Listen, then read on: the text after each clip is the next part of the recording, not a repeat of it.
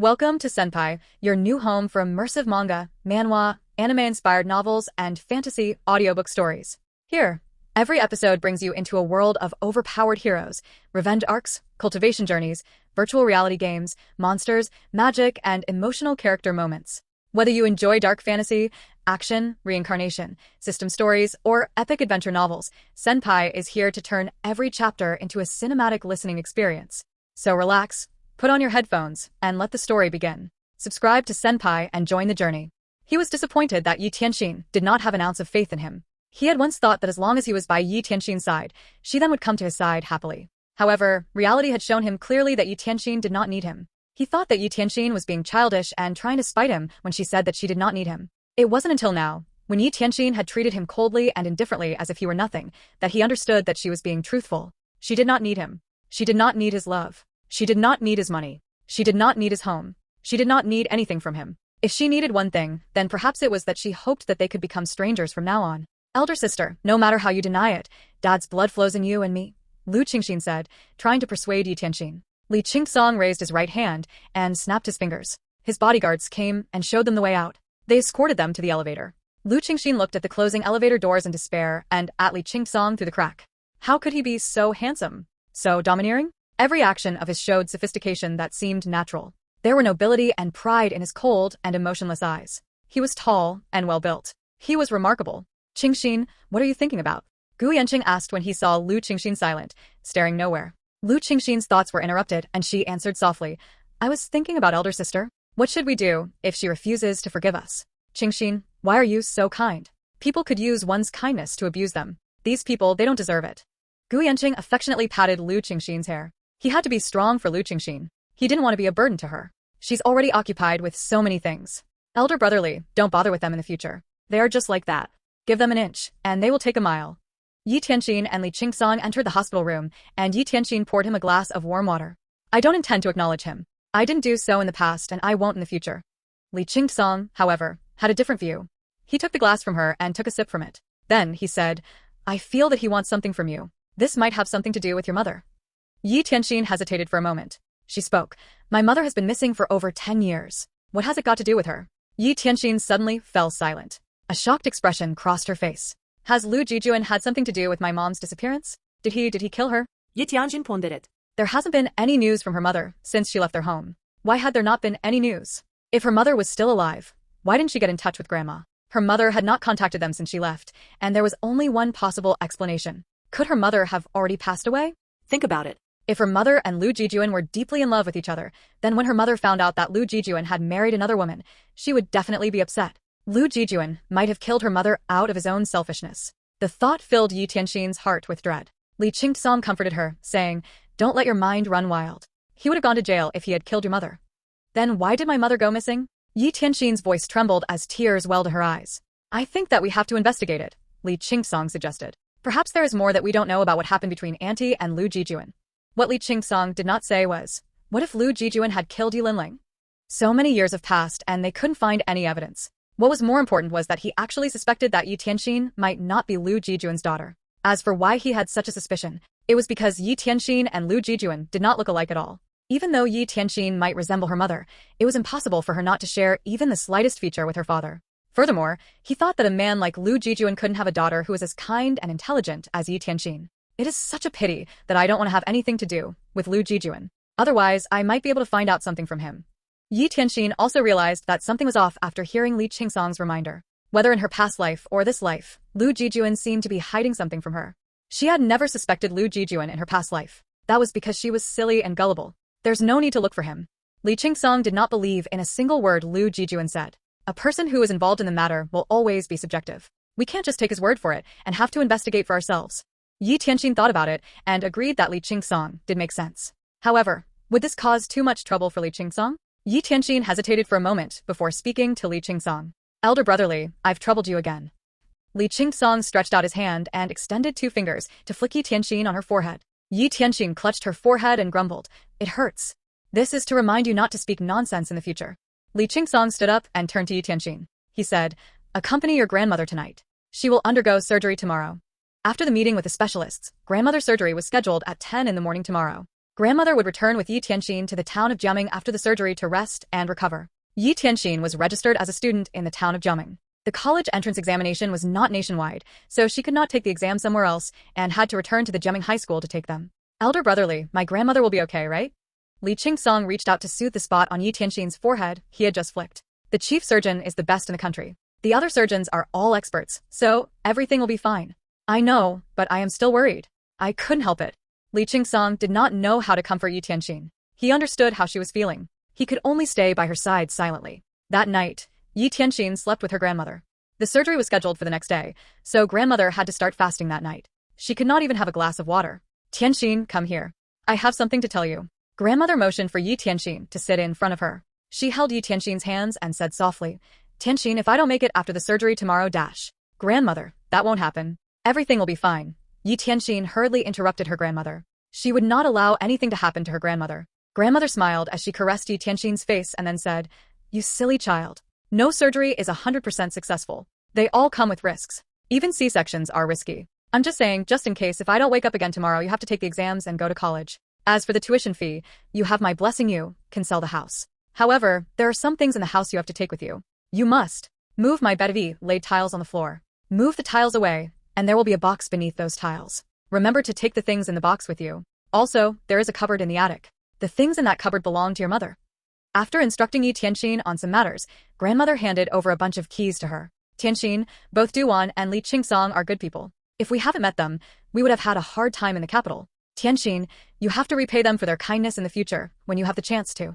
Grandmother had always thought that she was not afraid of death. However, when it was time for her surgery, she felt that she still hadn't lived long enough. She did not want to die. She wanted to live some more. Perhaps, one day, her daughter would return. She did not want to die. She thought of how one day, if her daughter were to return, her daughter would not be able to see her. Instead, she would see a grave. How sad would her daughter be then? Grandmother, I got it. I will repay Mother Duan and Elder Brother Li for their kindness in the future. I am not a child anymore. I can take care of myself. You will be fine, too. The doctor said that while the surgery is risky, there is a high possibility that it will be successful. So, grandmother, don't worry. Everything will be fine. Grandmother smiled and did not say anything. She was glad that her granddaughter was so sensible. Go to sleep, Tianxin. Grandma turned her back to Ye Tianxin and went to sleep. A sad expression filled her face, hidden from Ye Tianxin. Tianxin was still so young. She could not bear to die and leave her all alone. Ye Tianxin turned around as well to look at the moon through the window. The night sky was especially clear tonight with only the moon in it. Ye Tianxin thought about many things for a long while before she fell asleep. She felt as if she had only just fallen asleep when a nurse woke her up. She opened her eyes and looked at the nurse. Miss Yi, we are going to bring the patient to the operation room. Ye Tianxin got out of bed hurriedly and rubbed her face. She looked at her grandmother, who had already been dressed by the nurse. Grandmother, it will be all right. The surgery was set to be held at 10, but it did not mean that Grandma would only enter the operation room at that time. Grandmother had to be prepared before the operation, such as administering anesthesia, and so on. The chief surgeon was the top doctor in the country. He was very busy, and every second was important to him. When Grandma was about to enter the operation room, she held Ye Tianxin's hand once more and gently squeezed it. Tianxin, do you remember everything I told you yesterday? Ye Tianxin repeated what her grandmother had told her. Grandma, I remember everything. Don't worry, we'll be waiting for you outside. Given that Grandma was having her surgery today, both Li Qingsong and Duan came to keep Ye Tianxin company. Ye Tianxin sat down on the long bench in the corridor. She appeared to be calm and composed, but she kept praying. Buddha, gods, deities, and Guanyin, please protect my grandmother and let her surgery be successful, Ye Tianxin murmured to herself. Grandmother's surgery was scheduled to take 5 hours. These 5 hours felt like years to Ye Tianxin. Every minute and every second felt like an eternity. Duan wrapped her arm around Ye Tianxin's shoulder. She did not say a word but allowed Ye Tianxin to lean on her. Are you the patient's family? The door to the operation room opened. A nurse emerged from the brightly lit room. I am the patient's family. The nurse looked at Ye Tianxin and said softly, the operation was a success, and we are already preparing to move the patient back to the intensive care unit. Don't worry, you'll see her in no time. The patient can be transferred to a regular room once she wakes up. Ye Tianxin cried tears of joy when she heard the good news. She held Li Qingsong's hand excitedly, tears of delight running down her beautiful face. Elder Brother Li, did you hear that? Grandma's surgery was a success. Li Qingsong extended his arm to wipe the tears off Ye Tianxin's face. I heard that. Grandma's surgery was a success. You can rest easy now. That's right. Grandma's surgery was a success. She would certainly get better if she were treated with anti-cancer drugs as well. Ye Tianxin believed that she would be able to find her mother in the next 10 years. Yes, I can rest easy now.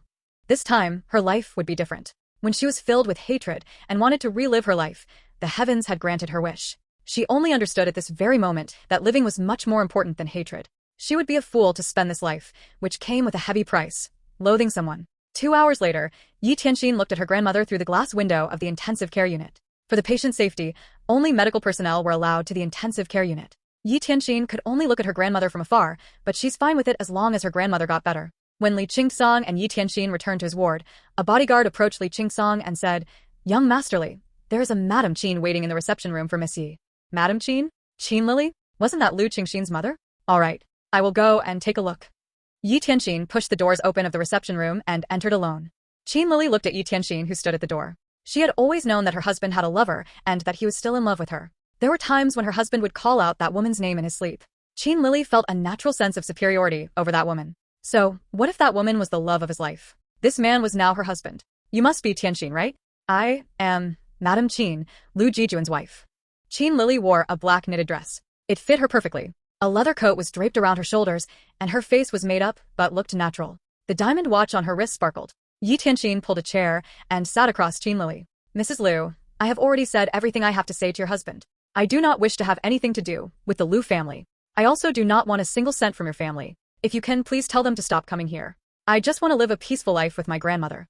A small smile formed in the corners of Qin Lili's mouth. She had learned from her daughter that this girl was feisty. She was young, yet she managed to wrap men around her little finger. It seemed that the woman was even better then. If not, why would her husband pine for that woman still after so many years? "Tianxin, you might not know this, but you and your mother have remained close to my husband's heart." Ye Tianxin interrupted Qin Lili impatiently. "What has it got to do with me? Mrs. Lu, I have nothing to say to you or your family. Please leave. As for the kind of woman my mother is, I'm afraid you're not the right person to make comments about her, as you haven't met her." Ye Tianxin stood up and walked to the door. Then she felt that she was still too nice. She turned around and looked at Qin Lili. "Since you know that both my mother and I are close to your husband's heart, then don't annoy me in the future. Otherwise, I can make it so that you will no longer be Mrs. Lu. Not only that, Lu Qingxin will no longer be the daughter of the Lu family. I will snatch the boyfriend you found for your daughter and make him mine." "Got it." Anger flashed on Qin Lili's face. "Miss Yi, don't you think you're being arrogant?" Her home was her castle. Her family was part of her perfect castle. Nobody was allowed to destroy her home. Nothing could destroy her perfect castle. "Am I arrogant? Don't you know that very well, Mrs. Lu?" Ye Tianxin enunciated the words Mrs. Lu very clearly. She had begun to suspect that Lu Jijun had something to do with her mother's disappearance. If she were right, then that would mean that everyone from the Lu family was a suspect. She had never once underestimated how dark one's heart could be. Just like Lu Qingxin, she appeared to be graceful and gentle, poised and generous, when in fact her heart was rotten. "Tianxin, men cannot be trusted, but Lu Jijun is still your father." Ye Tianxin was in a good mood. Her grandmother's operation was a success, and, with that, she felt that the world was a much more beautiful place. Even Qin Lili, who was a snake in human skin, appeared to be nicer than she actually was. "Where's your evidence? Lu Jijun says that he is my father, but I think that we should at least do a DNA test to prove that. Right?" Ye Tianxin had thought this issue through before she had fallen asleep last night. Lu Jijun was the only one who claimed that she was his daughter. Ye Tianxin wouldn't take his word for it. She wanted proof. They could do a DNA test to find out if Lu Jijun was telling the truth. After all, there was nothing that science couldn't prove nowadays. When she began to have such suspicions, some things that had not made sense appeared to her one by one. Qin Lili's arrival solidified some of her suspicions. "You want to get a DNA test done?" Ye Tianxin laughed and said, "That's right. Actually, I think, given my mother's taste, she wouldn't have chosen a man like Lu Jijun. How could Qin Lili allow a brat to demean her husband?" She responded angrily, "If not for my husband wanting to acknowledge you, I couldn't be bothered to come and talk to you. You should be grateful that a country brat like you can be part of the Lu family. I will offer 3 sticks of incense every morning and night to show my gratitude. Is that enough?" Qin Lili picked up her expensive bag. Anger filled her face. "You ill-mannered country brat. Is this how your grandmother raised you?" Just as Qin Lili was about to walk past Ye Tianxin got hold of Qin Lili's hair and pushed her to the ground. She sat on Qin Lili and slapped her several times. "This is what ill-mannered is like. Now you know." Qin Lili was dazed by the beating she had just received. She did not expect the country brat to be so strong. Her slaps were extremely painful. Ye Tianxin had been polite and refrained from getting physical from the very beginning. She had used logic against Lu Jijun and Lu Qingxin. Yet, Qin Lili provoked her by saying that her grandmother had not raised her well. Even though her grandmother was illiterate, she was a good person. She was actually a better human compared to Qin Lili. Her grandmother was not like Lu Qingxin, whom Qin Lili had brought up. Lu Qingxin was a two-faced bee. She was a sweetheart in public, yet a witch in private. And there was Qin Lili. She did not believe that Qin Lili had nothing to do with what had happened between her and Gu Yanqing. Ye Tianxin was willing to give up her surname if she was wrong. Ah. Qin Lili was pressed onto the ground by Ye Tianxin and could not move. She stretched out her hands, wanting to scratch Ye Tianxin's face. She was used to living the life of a wealthy woman. Her nails were carefully trimmed and maintained. Ye Tianxin grabbed Qin Lili's hands effortlessly. Do you really want to scratch my face? As a dignified lady from a wealthy family, Qin Lili felt terribly embarrassed to be insulted by a wild brat like Ye Tianxin. Refusing to go down without a fight, she shrieked, "Tianxin!" When Li Qingsong heard her yells, he flung open the door and charged into the room. He quickly pulled Ye Tianxin off from Qin Lili and asked, "What's going on?" Ye Tianxin instantly broke down and spoke in between sobs. "Brotherly, she called me an uncultivated wild brat. She said that grandmother did a poor job in educating me. I can't stop myself from beating her up. It really feels good to give that BA good thrashing," she thought. Qin Lili got up from the ground and frantically dug out a mirror from her leather bag to check her face for wounds or scratches. Her carefully did hair was already in a complete mess, and her reputation as a respectable woman from a wealthy family was also in shambles. "Just you wait. I'll call the police now," Qin Lili threatened. Li Qingsong felt extremely disgusted by the members of the Lu family. He knew how patient Ye Tianxin was. She had high tolerance for snob people like Qin Lili. He believed that Ye Tianxin had restrained herself when Lu Jijun and his daughter came. Qin Lili must have said something that triggered Ye Tianxin to strike. The person who starts a fight is the despicable one and deserves to be beaten up, he concluded. Then he turned to Ye Tianxin and said, "Tianxin, next time, stay away from crazy women like Qin Lili. She's not worth it, a waste of time and effort." Ye Tianxin nodded with tears in her eyes. Qin Lili's face turned red in anger when she heard what Li Qingsong had said but didn't respond. Oh well. What can you expect of the daughter of that woman? She's really shrewd with her ways, she thought as she stared at Li Qingsong's handsome face. "Hello? Is this the police? I want to report an incident. I've been beaten up," Qin Lili complained over the phone while Li Qingsong comforted Ye Tianxin. Qin Lili didn't bother to fix her hair. She planned to use it as evidence to the police and to show how unruly and reckless a country brat like Ye Tianxin was.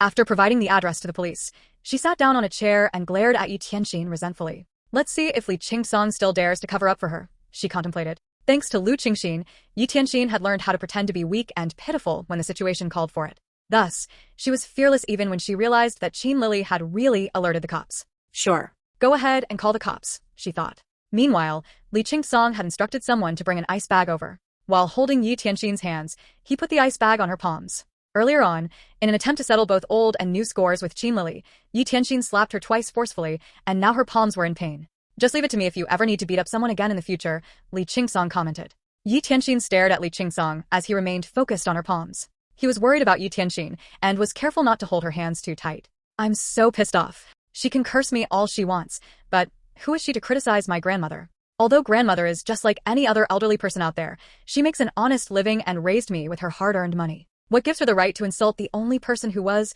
and still is, there for me? They're all so annoying. I already said that I want nothing to do with them, absolutely nothing. Why can't they leave me alone?" Ye Tianxin lamented, exasperated. Li Qingsong understood how upset she was. Everyone had their trigger points, and in Ye Tianxin's case, it was her grandmother. Serves her right. Does Qin Lili think that things will go her way after reporting the incident to the police? She has no idea what I can do then, Li Qingsong thought. Qin Lili bitterly glared at Ye Tianxin. As an elegant and respectable woman from a well-to-do family, she never wanted to cross paths with a wild brat like Ye Tianxin. She would never have come if not for Qingxin, begging her to put up with Ye Tianxin for the sake of their family. She never expected Ye Tianxin to be so brazen as to get physical with her. Who the hell does she think she is? How dare she hit me? She must be out of her mind. I don't care. I'm calling the police. I'll crush her pride and watch her beg for forgiveness, she fumed. Got it. Don't worry. Everything will be fine, Li Qingsong assured Ye Tianxin before he glanced towards Qin Lili. He was angry at how Qin Lili treated Ye Tianxin. Tianxin was not quarrelsome, and she had tolerated them many times. But now, they left her with no choice.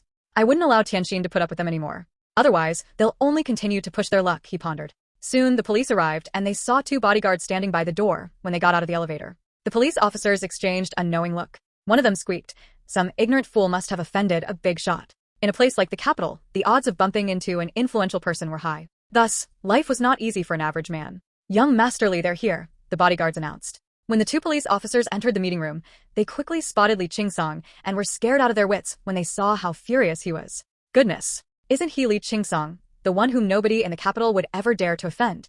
One of the officers wondered. Young Master Li was quite different from other people who enjoyed pulling tricks or oppressing others beneath them. He would only strike his enemies with facts and logical reasoning that would make them concede to a humiliating defeat. When they first joined the police force, they had heard from many senior officers that the only serious matters were those that involved Li Qingsong, the tyrant of the capital. Young Master Li, were you the one who called the police? The officer asked politely. Li Qingsong shot both officers an angry stare, and they hoped to get over and done with this case as soon as possible. I'm the one who called the police, Qin Lili interrupted. Look what this brat did to me, officer. See? Qin Lili complained indignantly. It wasn't very obvious when Ye Tianxin slapped Qin Lili earlier on, but now, her cheeks were beginning to swell up. As her hair was also disheveled, she looked rather pitiful, and one would easily feel sorry for her. I'm going to take your statement first. What's your surname? The police officer inquired. Qin. Please show us your ID, the officer requested. After Qin Lili showed them her ID card, the policeman proceeded to put her statement on record and ask further regarding the flow of events. Throughout the entire ordeal, Ye Tianxin never bothered to interrupt to explain herself. While she knew that she was at fault for hitting Qin Lili, she felt that Qin Lili deserved it. Serves her right for insulting my grandmother. It's none of her business to question how my grandmother raised me, Ye Tianxin thought. Initially, Qin Lili was certain that Ye Tianxin would be apprehended after the police took down her statement. Unfortunately, with a strong backing like Li Qingsong, nobody would dare to fault Ye Tianxin. Madam Qin, please come with us, the police officers concluded. Qin Lili snapped when she heard this and asked in disbelief. What do you mean? I'm the victim here. Why should I go with you? You should take her instead. Not wanting to waste any more time staring at Qin Lili's swollen face, Li Qingsong clapped and declared, Get a good lawyer then. The best one that you can find. We'll see you in court. It would be ridiculous if Ye Tianxin was put to jail when she had Li Qingsong to back her up. At that moment, Qin Lili then remembered how influential Li Qingsong was. Nonetheless, she refused to go without a fight. Are you threatening me? I'm not afraid of you. See you in court then. Qin Lili exclaimed. I'll definitely hire the best lawyer in town and make Ye Tianxin pay for her actions, she planned. Li Qingsong then proceeded to lead Ye Tianxin out of the reception room. Qin Lili was indignant and wanted to chase after them. Unfortunately, his bodyguards would definitely block her. No one could get through those guards. Madam Qin, just a gentle reminder. You better not provoke young Master Li, otherwise, you will regret it, one of the police officers warned. Qin Lili merely snorted and threatened, I'll lodge a complaint to your superiors. The officers exchanged a knowing look, shook their heads, and left. Based on what they had heard, it seemed like Qin Lili was the one who started the commotion. Ye Tianxin's grandmother was still in critical condition. She was in the hospital's intensive care unit. If they were in Ye Tianxin's shoes, they would have also struck her for spouting nonsense. As young Master Li was very protective of Ye Tianxin, it would be a miracle if Qin Lili managed to gain anything out of her actions. The more Qin Lili thought about how she had failed to get anything out of the situation, the more furious she got.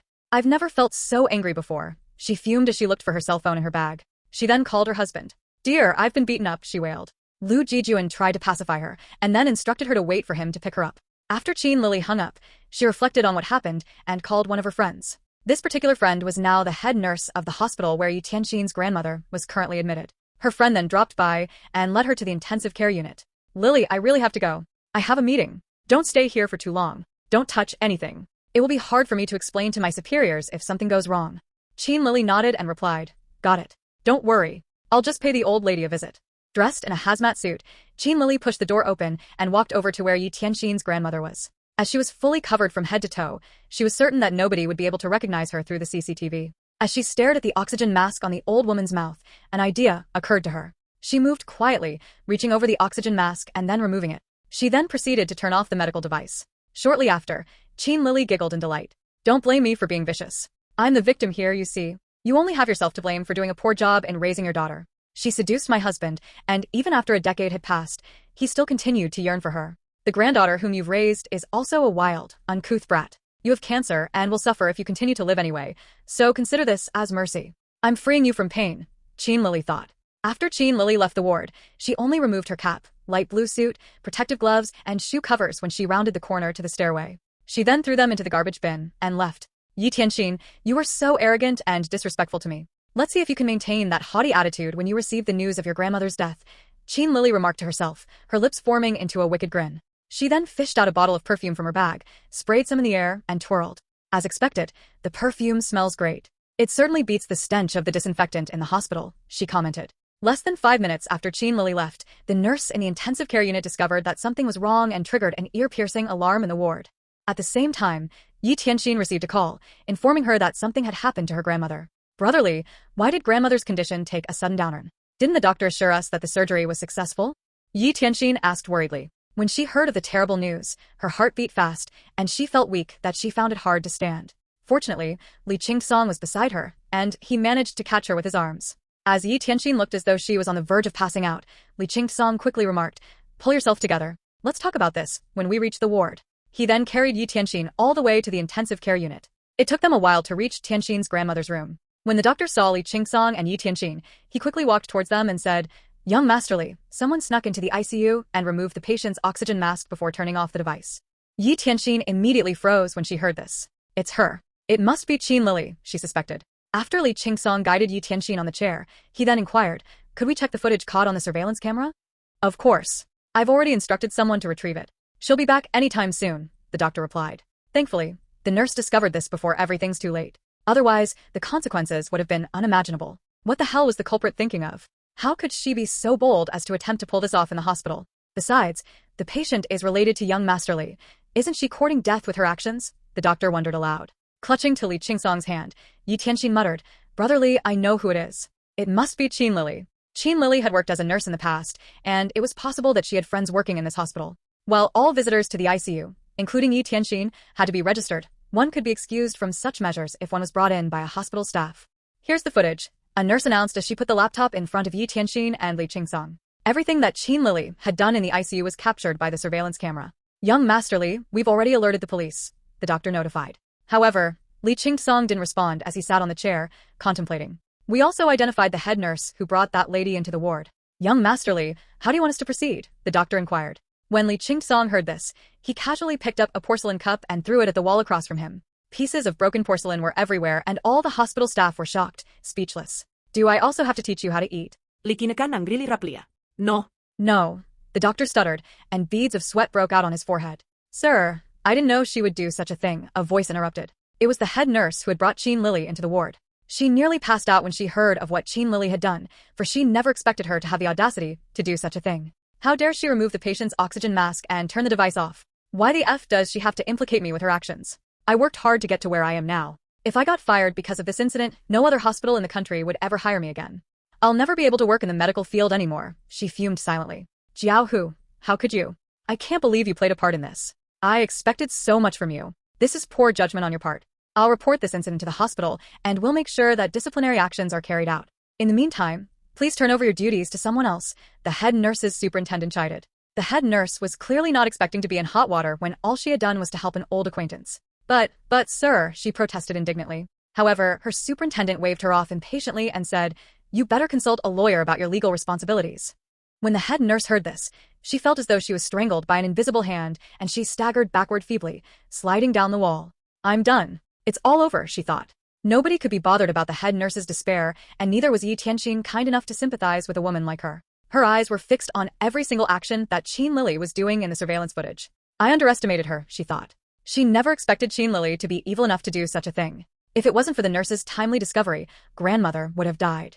I would have spent the rest of my life in remorse and hate, she reflected. Don't worry, Tianxin. Grandmother will be fine, Li Qingsong assured Ye Tianxin. She turned to look at him and promised, I definitely wouldn't let Qin Lili get away with this. We won't, Li Qingsong told Ye Tianxin. This is the capital. How dare Qin Lili cause trouble with my girl while in my territory? I will make things difficult for her. She'll see, Li Qingsong thought. I want to head inside and spend some time with grandmother, Ye Tianxin declared. Ms. Yi, this way, please. You'll have to sanitize first, the doctor reminded. After Ye Tianxin went with the doctor to disinfect in the sterilization chamber, she wore the hazmat suit and entered the ICU. The silence in the ward was deafening. Only the sound of the medical device could be heard. Ye Tianxin could see the lines on the ECG screen and reached over to hold her grandmother's hands. Grandmother, please wake up quickly. We'll return to Jiaming Town once you regain consciousness, she pleaded. Grandmother, I can't believe that Mom would be with a man like Lu Jijun.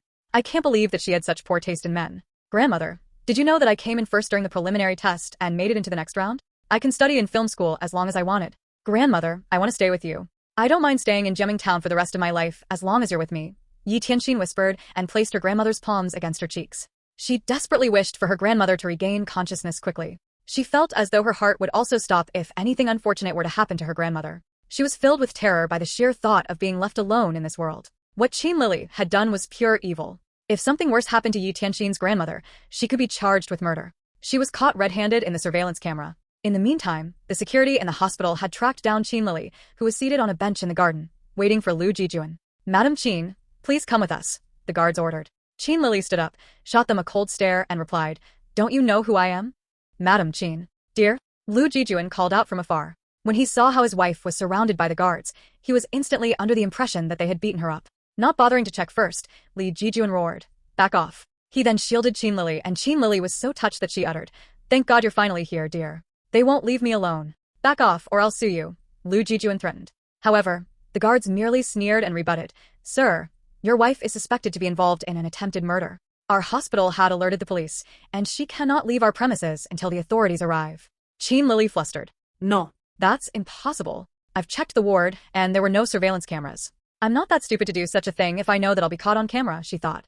"I have no idea what you're talking about," she denied. Qin Lili was certain that they had no evidence to prove her guilty, for there were no surveillance cameras. Besides, she was also wearing medical gloves and was covered from head to toe when she committed the act. Thus, it was impossible for her to leave any fingerprints. The head guard was not convinced of Qin Lili's denial. "Madam Qin, whatever you have to say, tell it to the cops." Lu Jijun felt that the situation was a little odd as well. He turned around and shot Qin Lili a knowing look. Qin Lili shook her head. Lu Jijun thought about it. She was his wife, and she was also a kind person. She would always give alms to beggars on the streets when she saw them. How could she do something as terrifying as murder? "I think you all must have made a mistake. My wife couldn't do something like this." The head guard replied politely, "Then please hold on for a while." The hospital would not let the suspect off, nor would they blame an innocent person. Lu Jijun was silent. He trusted his wife. The law would definitely prove her innocence in time. Qin Lili, on the other hand, had never felt as frightened as she did right now. She appeared to be calm and composed, but was terrified deep down inside. She was trying to stay calm by thinking that they couldn't do anything to her if she denied everything, could they? The head guard brought Lu Jijun and Qin Lili to the intensive care unit. Lu Jijun saw Li Qingsong. Li Qingsong was wearing a white shirt. Sunlight streamed into the room and struck Li Qingsong, making him look even more handsome and elegant. "Young Master Li, they are here." Likinakang nuda. Qin Lili's eyes were filled with hatred. Why is this man everywhere? Ye Tianxin was really that woman's daughter. She had inherited her mother's skills. She was so young, but she already knew how to seduce a man. Lu Jijun was filled with bitterness. He turned his head around once more to look at Qin Lili. He asked softly, "What exactly have you done this time?" Qin Lili looked at Lu Jijun pitifully and said, "I just came to look for Ye Tianxin. I told her that I would treat her as if she were my own daughter." Li Qingsong harumphed when he heard that. His sarcastic tone made Qin Lili's eyes fill up with tears. "Hubby, I was shocked when I found out that you have an illegitimate daughter who's already so old. But Qingshin persuaded me. She told me that you have missed Ye Tianxin and her grandmother all these years. I thought that it would make you happy if I acknowledge her." "Who knew?" "She didn't appreciate it. We argued, and she hit me. Look at my face. It's swollen." Lu Jijun was frustrated. Ye Tianxin was already doubtful of him. Why did Qin Lili have to make things worse for him? Did she think he didn't have enough to worry about? "Why didn't you tell me you were coming to the capital?" Lu Jijun asked softly. Qin Lili tugged Lu Jijun's sleeve coyly. "Hubby, I wanted to surprise you." Could I not? "Who knew that things would turn out like this? I'm sorry that things didn't turn out as planned." Lu Jijun was completely speechless. He sat in the corner silently. His eyes were downcast, worried. After a while, the police and the hospital management entered the room. Head nurse Jiao lunged at Qin Lili, like a lioness pouncing on his prey, the moment she saw her. "Qin Lili, why did you get me into trouble?" "I got fired because of you." Qin Lili was stunned but pretended to be calm. She responded, "Elder sister Jiao, what are you saying? I don't know what you're talking about." Head nurse Jiao laughed coldly as she said, "You don't understand what I'm saying? Qin Lili, did you think that nobody knows what you did? Let me tell you, there are security cameras in the intensive care unit. Everyone knows what you did in there. Just wait. You're going to jail." Qin Lili's face was as white as snow. However, she continued to clutch at straws, making ridiculous excuses. "Elder sister Jiao, I know you have always been jealous that I married Jijun, but Jijun has never loved you." Head nurse Jiao laughed. "Qin Lili, you will experience retribution for what you have done." Lu Jijun looked at head nurse Jiao. He did not expect to see her here. He then asked, "Are you Jiao Hongmei?" "Lu Jijun, one day, you will realize how terrifying the woman you have married is." With that, Jiao Hongmei turned around coldly. She should have not brought trouble unto herself in a moment of weakness. Her career, which she had worked hard for many years, was ruined just like that. That woman, Qin Lili, was really nothing but trouble. "Now, Mr. Lu, please take a look at this video." The hospital director, who was in charge of the matter, opened his laptop and placed it in front of Lu Jijun. Lu Jijun looked at the video playing on the screen. His expression darkened with anger. The woman in the video might have been covered from head to toe, but she was, after all, the woman he had slept next to all these years. How could he not recognize her? "Qin Lili, what is this?" Qin Lili could not help but tremble in fear at Lu Jijun's enraged expression. "Hubby, I don't know. I really don't know." Lu Jijun grabbed Qin Lili's hair with his hand and shoved Qin Lili's head towards the screen. "Do you still dare say that you don't know anything? Do you think I'm blind? Isn't this you? Qin Lili, how vicious can you be to hurt an old woman?" The only thing Qin Lili could think of and do at this moment was to deny her involvement in the matter. No, she had to firmly deny everything. She could not imagine how terrifying the consequences would be if she were to admit what she did. Hubby, that really isn't me. I am such a kind person. You know that. How could I do something like that? Lu Jijun let go of Qin Lili's hair weakly. I want a divorce. It was only at this moment when Lu Jijun finally understood what Jiao Hongmei had meant when she said that his wife was terrifying. How terrifying was this woman who tried to hurt a critically ill old woman? What was even scarier was that this woman was his wife. Did this mean that she would be just as vicious to him one day if he were to make her unhappy? She would also take his life then. Hubby, I was wrong. Qin Lili had lived the life of a woman with a wealthy husband after marrying Lu Jijun. Why would she want a divorce?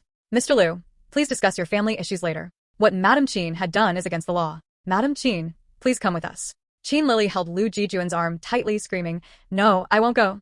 I won't go. The detention center was terrifying. She didn't want to go there. She couldn't have a criminal record. What would Qingxin do if her mother had a criminal record? Qingxin was guaranteed a place at Capital University. That might also be taken away if they found out that her mother was a criminal. Qin Lili thought about Lu Qingxin and attempted to salvage the situation. Hubby, I can't go to jail. Think about Qingxin. Think about Qingxin. What will happen to Qingxin if I were to go to jail? Lu Jijun shook his arm, flinging Qin Lili off him and onto the ground. Now you're telling me to think of Qingxin. Why didn't you think of her when you committed such a heinous crime?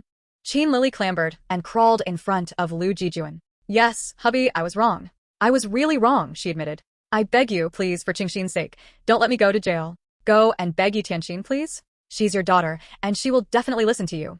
The only thing Qin Lili could do right now was to drag Lu Qingxin into this. She knew that Lu Jijun was a heartless man when provoked, and that he could give up on her. However, Lu Qingxin was his daughter. He definitely would not give up on Lu Qingxin. Jijun, I know I was wrong. What I did was wrong. Please, I beg you. Please beg Tianxin to let me off for Qingxin's sake. Beg her to let you off? It's easy for you to say. Qin Lili, what you've done is attempted murder. Even if Tianxin were to be gracious and not pursue this any further, I wouldn't let you off. Lu Jijun grew more and more determined. He couldn't be with Qin Lili anymore. He didn't want to. This woman was despicable. He was afraid. He wanted to live. He was afraid of dying. She might smother him with a pillow in his sleep. Qin Lili did not expect Lu Jijun to be so cold-hearted. Her eyes were red as she lunged at Lu Jijun. Lu Jijun, you are such a heartless man. Even if you hate me, you have to think of your daughter. Qingxin is not just my child. If I were to go to jail, what will happen to her? Do you want Qingxin to lose her place at Capital University? Do you want Qingxin to live all her life knowing that her mother is a criminal? Lu Jijun, you may miss that SL*T dearly, but it is a pity that she is dead. Lu Jijun didn't wait for Qin Lili to finish her sentence. He slapped her in the face. He grabbed Qin Lili's neck tightly. Shut up. I won't allow you to insult her. Strangle me. Strangle me to death if you can. The police would of course not allow Lu Jijun to strangle Qin Lili to death. Two police officers went up to grab hold of Lu Jijun's arms. They reprimanded him sternly, saying, What are you doing? Are you going to behave so arrogantly in front of us? Lu Jijun released Qin Lili, and she fell and sprawled on the ground. She started to cry loudly. She was able to see her future before she came to the hospital. But right now, she could not see what tomorrow would bring. Li Qingsong was like a silent monster. He sat on the corner quietly. While he did not say a single word, he could not be ignored. Qin Lili understood that he could actually decide whether she lived or died. Qin Lili was humbled by her current predicament. She crawled up to Li Qingsong on her hands and feet and pleaded with him. Please, please. I beg you, let me off. I can't get into trouble. My daughter has to take the college entrance exams this year. What do you want me to do? Li Qingsong asked, mocking Qin Lili. Qin Lili wailed, and Li Qingsong was annoyed with the noise she made. These women were really noisy, unlike his little Tianxin. Tianxin was so adorable. A bodyguard appeared. He picked Qin Lili up and threw her to the other corner of the room. Qin Lili wailed louder and made a fuss. However, the bodyguard glared at her fiercely. Qin Lili felt as if the bodyguard was a venomous snake, slithering up her body bit by bit from behind. She knew what was waiting for her if she dared to make another sound. Lu Jijun sprawled out on a chair dazedly. He ran his hand through his hair, frustrated. He knew that grandmother must be alright since Li Qingsong had not made any move. Otherwise, given Li Qingsong's character, Qin Lili would have already been beaten up and might end up in the intensive care unit, too. The problem right now was what he should do to minimize the damage. Qin Lili must not go to jail. That was certain. His daughter couldn't have a mother who was imprisoned due to attempted murder. That would affect his daughter's life forever. He definitely would not allow Qin Lili to become a black mark on Lu Qingxin's history. Then what should he do? What should he do so that Ye Tianxin would not pursue this any further? Lu Jijun had never encountered such a tricky problem until now. Inside the intensive care unit, Ye Tianxin held her grandmother's hands. Her grandmother's hands were cold, so Ye Tianxin rubbed them between hers to warm them up. Then, she held her grandmother's hands tightly. After a long while, Ye Tianxin looked at her grandmother longingly. She had other things to do. She had to deal with Qin Lili. She had to deal with Lu Jijun. She had to deal with them. Her grandmother had protected her in the past. Now that she had grown up, it was her turn to protect her grandmother. With these thoughts, Ye Tianxin walked out of the intensive care unit. A nurse went up to Ye Tianxin and said to her, "Miss Ye, young Master Li is waiting for you in the conference room." "All right, thank you." The nurse guided Ye Tianxin to the conference room. Qin Lili saw Ye Tianxin and looked at her as if she had seen a powerful being. Just as she was about to say something, she caught Lu Jijun's icy glare and stopped. Lu Jijun looked at Ye Tianxin. He was always bemused whenever he looked at her. It was as if he was seeing Yi Linlang every time he saw Ye Tianxin. Yi Linlang had once been so beautiful, innocent and pure. She was like a precious piece of pure jade. "Mr. Lu, I have a question for you. Am I really your daughter?" Ye Tianxin brazenly asked. Lu Jijun's heart beat wildly. He heard himself say, Of course, you're my daughter. I wouldn't go around acknowledging everyone I see as my daughter, would I?"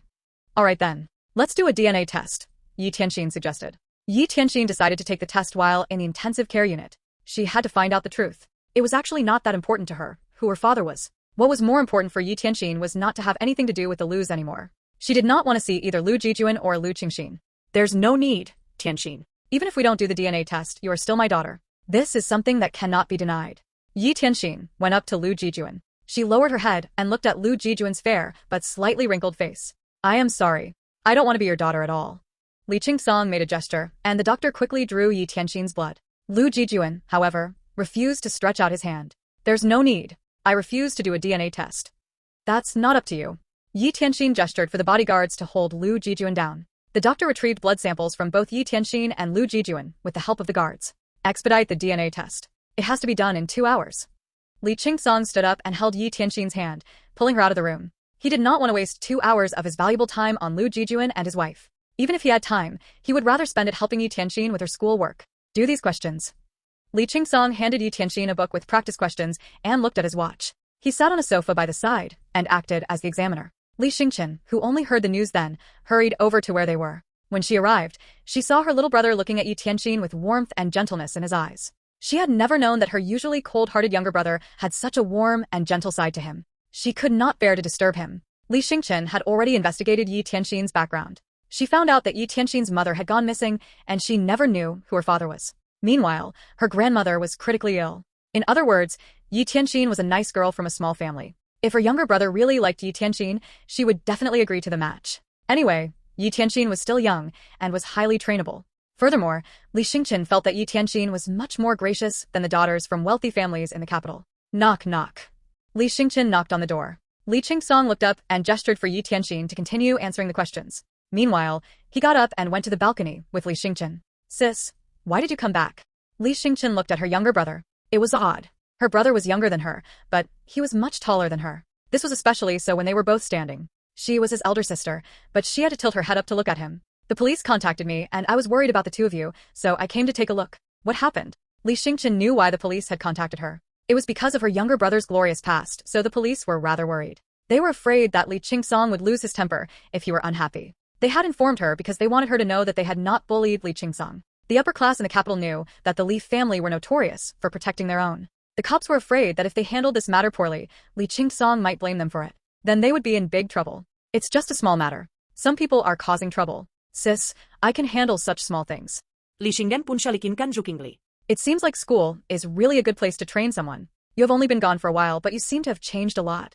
She had already found out what happened on the way to the hospital. If Li Qingsong was still the Li Qingsong she knew, he would have already broken someone's arms, legs, and whatnot. "I just don't want to scare her." Li Xingchen was out of words. She didn't want to be the third wheel and have to watch these two people be intimate. "All right, you're already an adult. I'll stop prying. Just let me know if you need any help." Li Qingsong would never hesitate to ask a sister for help. "I will let you know if it's necessary." Li Xingchen looked into the distance. There were mountains before them, and a blue lake that reflected the mesmerizing sunlight and the mountains.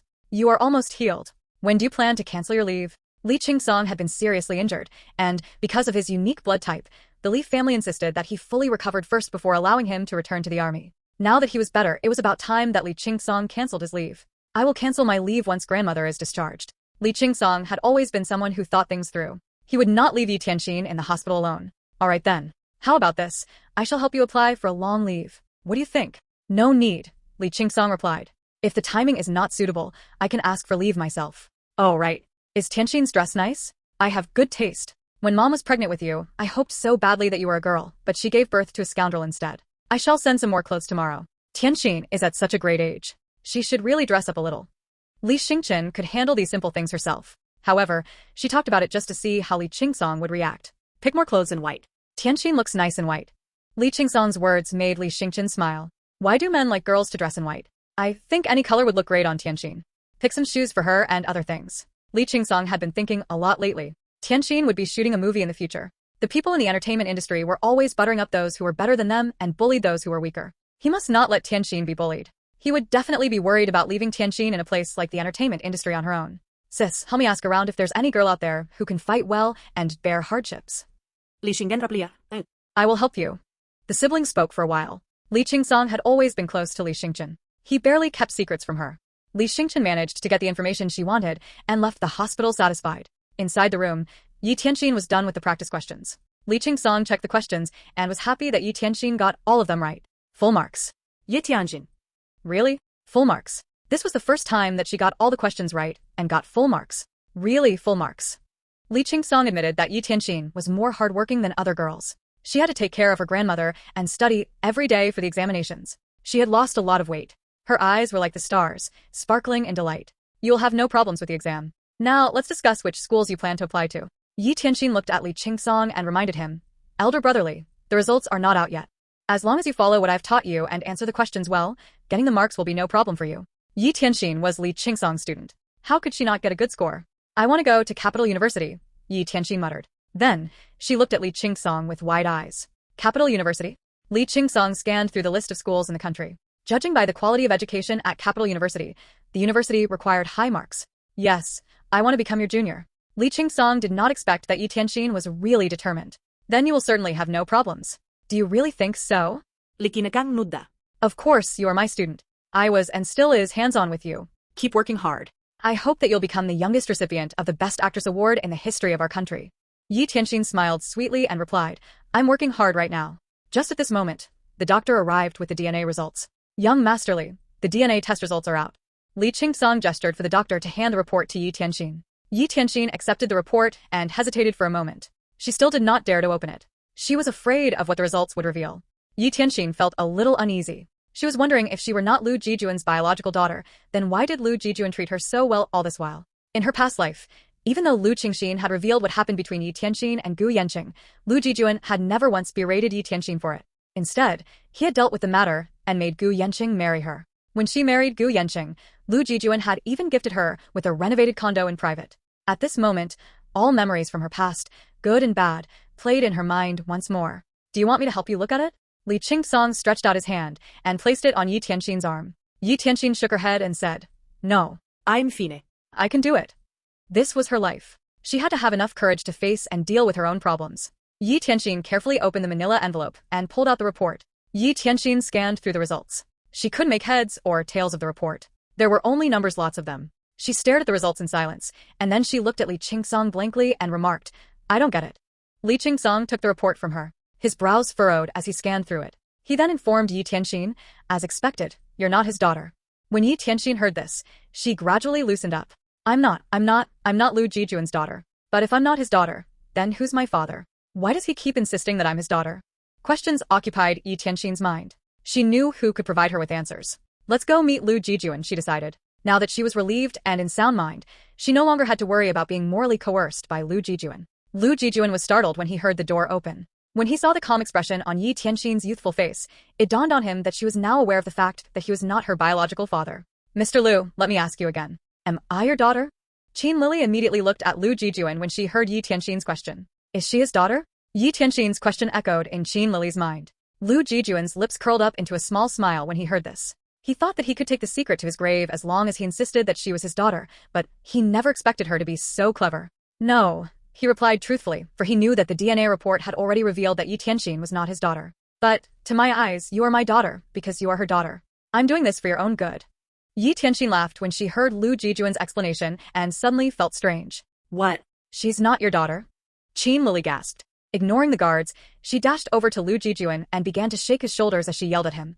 Lu Jijun, are you insane? How could you take a random stranger as your daughter? Don't you know how upset Qingxin was? But Lu Jijun waved her off so hard that she fell to the ground. "Shut the hell up," he roared. At that moment, Lu Jijun could only feel hatred towards Qin Lili. If she hadn't foolishly taken this upon herself, Tianxin would never have thought of taking a DNA test, he thought. "Lu Jijun, you'll burn in hell," Qin Lili shrieked as she sat limply on the ground. She felt like weeping, but her agony was too deep for tears. All along, she had thought that Ye Tianxin was her husband's illegitimate daughter. That was why she went to the hospital, where she eventually lost her rationality and committed such a foolish act. Even until now, she still could not understand why she did what she did. However, Lu Jijun could not be bothered about Qin Lili at all, and merely continued to look at Ye Tianxin affectionately. "You look just like your mother. I mean it, Tianxin. Your mother is the best woman in the world."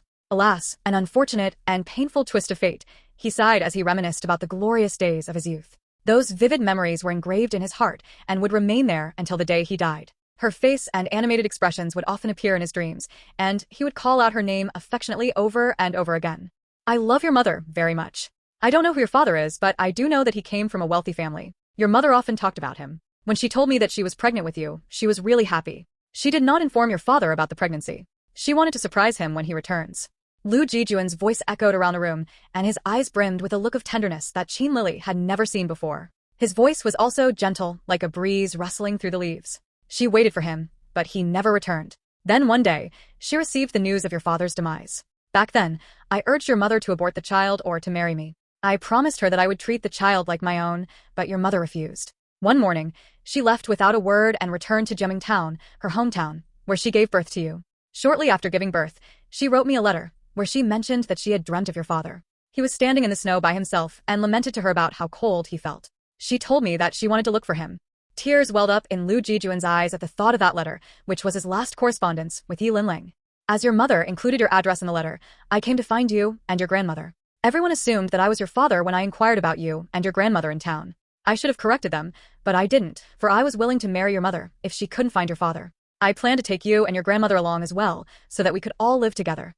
Lu Jijun then paused and wiped the tears off his eyes. There has been no news from your mother since then. I've asked many people for help to obtain news about her, but all I heard was that a woman had fallen into an ice lake at Mo and that her body was never recovered. I wondered if it could be your mother, but I never had the courage to verify it. Sometimes I'd like to think that some kind stranger had saved her and that she's still alive somewhere in the world. She could be leading a good life and might return home someday. Lu Jijun was overwhelmed with grief at the mere mention of the woman whom he loved with all his heart. He then looked up at Ye Tianxin and emphasized, "Tianxin, I promised your mother that I would treat you like my own daughter. I'll take care of you and your grandmother." Based on Lu Jijun's explanation, he sounded like a devoted man. However, Ye Tianxin shook her head and turned him down. "That's not necessary. Since I'm not your daughter, please stop interfering with my life from now on." While Li Qingsong's intense gaze had not left Lu Jijun clenched his fists and continued to urge softly, "Tianxin, you can't date a rich man. I don't want you to follow your mother's footsteps." "We're not dating," Li Qingsong interrupted. "Seems like Lu Jijun really likes to assume things. It's becoming a habit. How could he be so terribly mistaken about my relationship with Tianxin? I only want to take care of her," Li Qingsong mused. Lu Jijun then muttered, "You're not dating now. But could you guarantee that you won't pursue Ye Tianxin in the future?" "That's none of your business. I'm free to date whoever I want, Mr. Lu," Ye Tianxin answered before Li Qingsong could respond. "These are my private affairs, and I don't need others to tell me what to do," she thought. "Tianxin, I'm doing this for your own good. Your mother was in despair because she dated a rich man. I don't want to see you making the same mistake. A rich man could ditch you any time he wants. Would you be able to put up with a miserably hopeless life like that of your mother's after he's done with you?" Lu Jijun fired away. Ye Tianxin flashed him a small smile and reiterated, "I am not my mother. She lived for love. I don't." Ye Tianxin knew that she was nothing like her mother, and she would not abandon her child and mother for a man. All right. "We're done talking about my affairs. We should move on to Madame Qin now," she suggested. Lu Jijun gazed at Ye Tianxin calmly and replied in a pained voice, "Although she's my wife, I would not intercede for her since she had done such a terrible thing, and I know how important your grandmother is to you. You are free to do whatever you want with her. I will leave the decision to you and will not question it." Qin Lili snickered when she heard his reply. She couldn't tell if she was laughing at how foolishly devoted he was to Ye Linling or how heartless he was to her. "Lu Jijun, we've been married for more than 10 years, and we've weathered a lot of hardships up until today. But now, you have revealed the real you. You have never loved me or our daughter," she accused. Lu Jijun shook his head and explained, "Lily, I could help you with anything else but this. We're talking about attempted murder here. Her grandmother could have died if the nurse hadn't found out before it was too late. Don't you understand? Lily, you have committed a crime, and I don't want to shelter a criminal." Qin Lili nodded and appeared fearless now. She had nothing to lose anyway. Maintaining her composure, she stood up and straightened her clothes before she walked right up to Ye Tianxin. Without begging for mercy, she said, "Ye Tianxin, I want to have a private moment with Lu Jijun." However, Lu Jijun immediately responded and turned her down. "There's nothing for us to talk about." Qin Lili slowly made her way to Lu Jijun and chuckled. "Lu Jijun, what happened 18 years ago?" "Well, you're talking about the time when we were drunk, aren't you?" Lu Jijun bellowed and shot Qin Lili a sullen glance. "Yes, so let's take a walk down the memory lane, shall we?" she teased, and her eyes creased into a familiar expression that she usually wore. Lu Jijun took one glance at Li Qingsong and Ye Tianxin, then he replied, "Could we have a private moment?" "You have 5 minutes." Li Qingsong agreed, and led everyone else out of the conference room. Ye Tianxin and Li Qingsong stood erect next to each other, and neither of them uttered a word. The others, too, waited with them at the corridor in silence. After some time, the door was flung open abruptly, and Lu Jijun dashed out frantically. He was pale, his eyes were red from crying. She, he stammered, jumped out of the window. Everyone was taken aback with shock, and Li Qingsong stared at him dubiously before asking, "What did you say to her?" Lu Jijun leaned against the wall, and his trembling lips were completely drained of color as he explained, "I didn't say anything. She was the one who did all the talking. She said that she can't go to jail, and she can't allow Qingxin to have a convict as a mother." He then slapped his own face violently twice and said reproachfully, "It's all my fault. I should have grabbed onto her." Qin Lili's eyes were wide open as she lay on the ground, and her expensive fur coat was soaked with blood. Lu Jijun knelt down before her. When he reached his quivering hands over to check her pulse, he realized that she was still breathing. However, it was getting weaker and weaker. The medical staff arrived and wheeled Qin Lili to the emergency department. Lu Jijun sat alone in the corridor outside the operating room in silence. After over 10 minutes had passed, he finally called Lu Qingxin, who rushed to the hospital with Gu Yanqing. When she arrived and saw that Lu Jijun was soaked in blood, she asked worriedly, "Dad, what happened to Mom?" "Qingxin, she jumped off the building," Lu Jijun cried. Lu Qingxin's head began to spin when she heard the terrible news. All of a sudden, her body went limp and she collapsed into Gu Yanqing's arms. "Uncle, why did Auntie jump off the building?" Lu Qingxin was not the only one who could not accept this news. Even Gu Yanqing was stunned. His ears rang from the shock, and he could not react even after a long while. He held the petite Lu Qingxin in his arms with pain in his eyes. "Your mother pulled out Tianxin's grandmother's oxygen tube. Tianxin and the others called the cops. Your mother said that she couldn't go to jail. If she went to jail, you might not be able to go to Capital University. She was afraid that it would affect your future. So," tears flowed from Lu Qingxin's eyes. "Mom, how could you be so silly?" Even if her mother had killed somebody, she was still her mother. Lu Qingxin would rather have Qin Lili alive than to have anything happen to her. Lu Qingxin lowered her head silently. A hint of anger flashed through her beautiful eyes. It was all Ye Tianxin's fault. She destroyed her family, her everything. Ye Tianxin. "From now on, I, Ye Tianxin, am your enemy." Ye Tianxin was shocked when she received the news that they failed to revive Qin Lili. In her past life, Qin Lili had been perfectly fine, even up till Ye Tianxin's death.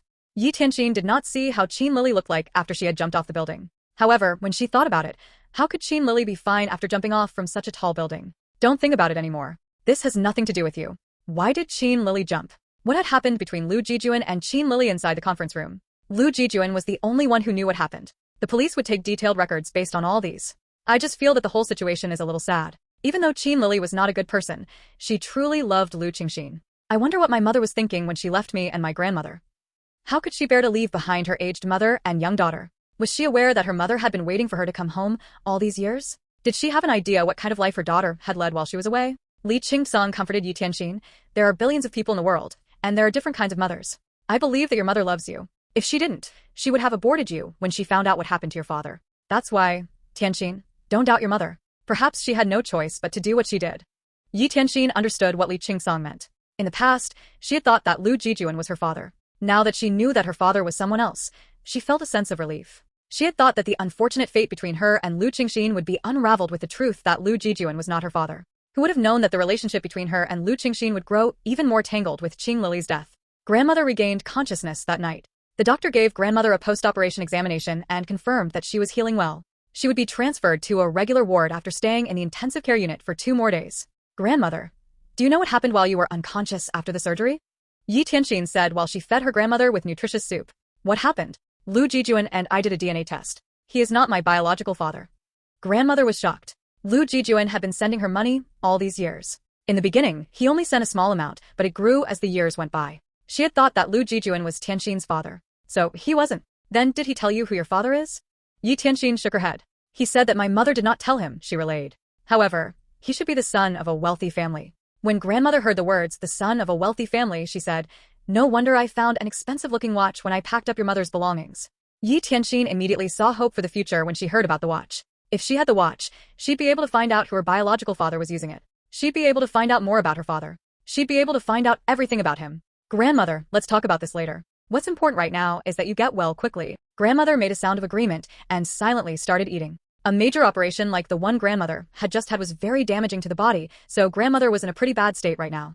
Ye Tianxin was very worried, but there was nothing she could do to help her. The only thing she could do was bring her grandmother tasty food and chat with her every day. Grandmother was transferred back to a normal ward on the third day. Grandmother was already too old when she'd received the surgery, but she still needed to be treated with anti-cancer drugs.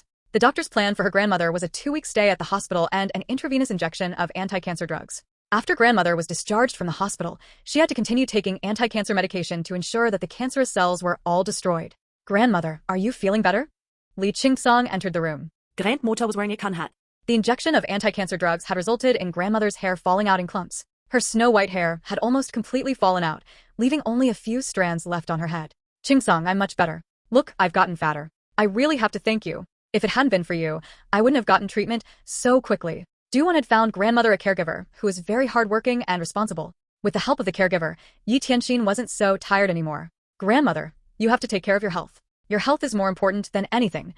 The more grandmother got to know Li Qingsong, the more pleased she was with him. The lad was handsome and kind. He was also patient with an old lady like her. He was really a good lad. My darling granddaughter is filial. Of course I have to stay healthy so that my darling granddaughter can be filial to me for a few more years. Ye Tianxin went up to her grandmother and showed her the piece of embroidery that she'd done. That's right, grandmother. You have to stay healthy. I love you so much. Grandmother took the piece of embroidery and teared up slightly. In the past, she'd never thought of letting Ye Tianxin do embroidery, but Ye Tianxin had only just picked it up and she was already doing so well at it. She was really the heir of Jiaming embroidery art. Not bad. However, there's a little problem with the colors you chose here. You also need to work on your needlework. But you just started learning 3 days ago, and you can already embroider so well. Your embroidery is already very good, but don't do any more. Go out with Qingsong and buy a packet of candy for me. I want to eat orange-flavored candy. I've been taking so many medications lately, I can't taste anything anymore. Elder brotherly, I heard that you're almost fully recovered. Are you going to cancel your leave and return to school? Li Qingsong looked at their reflections in the elevator. Ye Tianxin was wearing a white dress, and there were various types of brightly colored flowers embroidered on its hem. Her hair was braided casually to the side, making her look youthful and fairy-like. Yes, I came to tell you about this. I'll be going back to school tomorrow. I've already settled your affairs. Ye Tianxin was overcome with a strong sense of longing when she heard that Li Qingsong was going back to school. Elder brotherly, you have to take care. Wait for my good news. I'll definitely make it to Capital University and become your junior. Ye Tianxin nodded and put away her embroidery. Then, before leaving with Li Qingsong, she instructed the caregiver to take good care of her grandmother. Li Qingsong reached his hand out and lovingly patted Ye Tianxin's soft hair. Don't worry about me, and take good care of grandmother. You have to take care of yourself too. Tianxin, if anything comes up, give me a call. Ye Tianxin smiled at him and said, Then, Elder brotherly, I'll miss you a lot. Silly girl. A doting smile flashed across his face, reaching his eyes. Ye Tianxin was really a silly girl. The elevator doors opened, and the two emerged from the elevator one after the other. Lu Qingshin looked at the two as they emerged from the elevator. Her beautiful eyes were filled with anger and hatred. Ye Tianxin. Ye Tianxin subconsciously stopped when she heard Lu Qingshin's voice. She turned around and looked at Lu Qingshin. Lu Qingshin was wearing a black dress, and her face was bare of any makeup. Her hair was untied, and her fringe was pinned back with a pearl clip. Her eyes were slightly swollen, and there were dark smudges under her eyes. Yes. Lu Qingshin walked up to Ye Tianxin, keeping some distance between them. She stopped and looked at Ye Tianxin. The hatred she felt in her heart was like the sea's tides, rolling and crashing over her like waves. Ye Tianxin, you are the one who caused my mother's death. You'll forever be my enemy. Ye Tianxin's head hurt. Why did Lu Qingshin think that she was the one who caused Qin Lili's death? If they were going to talk about who killed Qin Lili, shouldn't they be talking about Lu Jijun? After all, Qin Lili had spent the last moments of her life with Lu Jijun. Lu Qingshin, if you know what happened, you should know that your mother jumped off the building. As for whether it was a suicide or murder, you have to ask your father about it. Your mother's death had nothing to do with me. I don't pity her because if she weren't dead, she'd have to go to jail. This is something that I will not back down on. Lu Qingshin's eyes were filled with tears as she tightly clenched her fists. Ever since meeting Ye Tianxin, her home had gone through a massive upheaval. Ye Tianxin must hate her family. That was why she wanted to break up her family. Ye Tianxin, karma will get you. A faint mocking smile curled the corners of Ye Tianxin's mouth. Karma? If there really is karma, the first one to get it won't be me. Li Qingsong ignored Lu Qingshin and said to Ye Tianxin, let's go. All right. Ye Tianxin turned around. Lu Jijun was worried that the two would really leave, so she ran up and stood in front of Ye Tianxin and Li Qingsong. She looked furiously at Li Qingsong. Do you know what kind of woman she is? She is my father's illegitimate daughter that he had with another woman. She's just like her mother. They're both sluts. Lu Jijun's words stabbed Ye Tianxin's heart. She walked up to Lu Jijun and slapped her. Lu Jijun, you're the daughter of the wealthy Lu family, yet you speak so uncouthly. Didn't your father tell you? We did a DNA test, and it shows that I'm not his daughter. Lu Jijun hadn't told Lu Jijun the DNA test results. So Lu Jijun didn't know that Lu Jijun and Ye Tianxin weren't father and daughter. Ye Tianxin, are you sick in the head or something? You refused to stop even after causing Auntie's death, and now you're even bullying Jingxin? Gu Yanqing appeared from out of nowhere.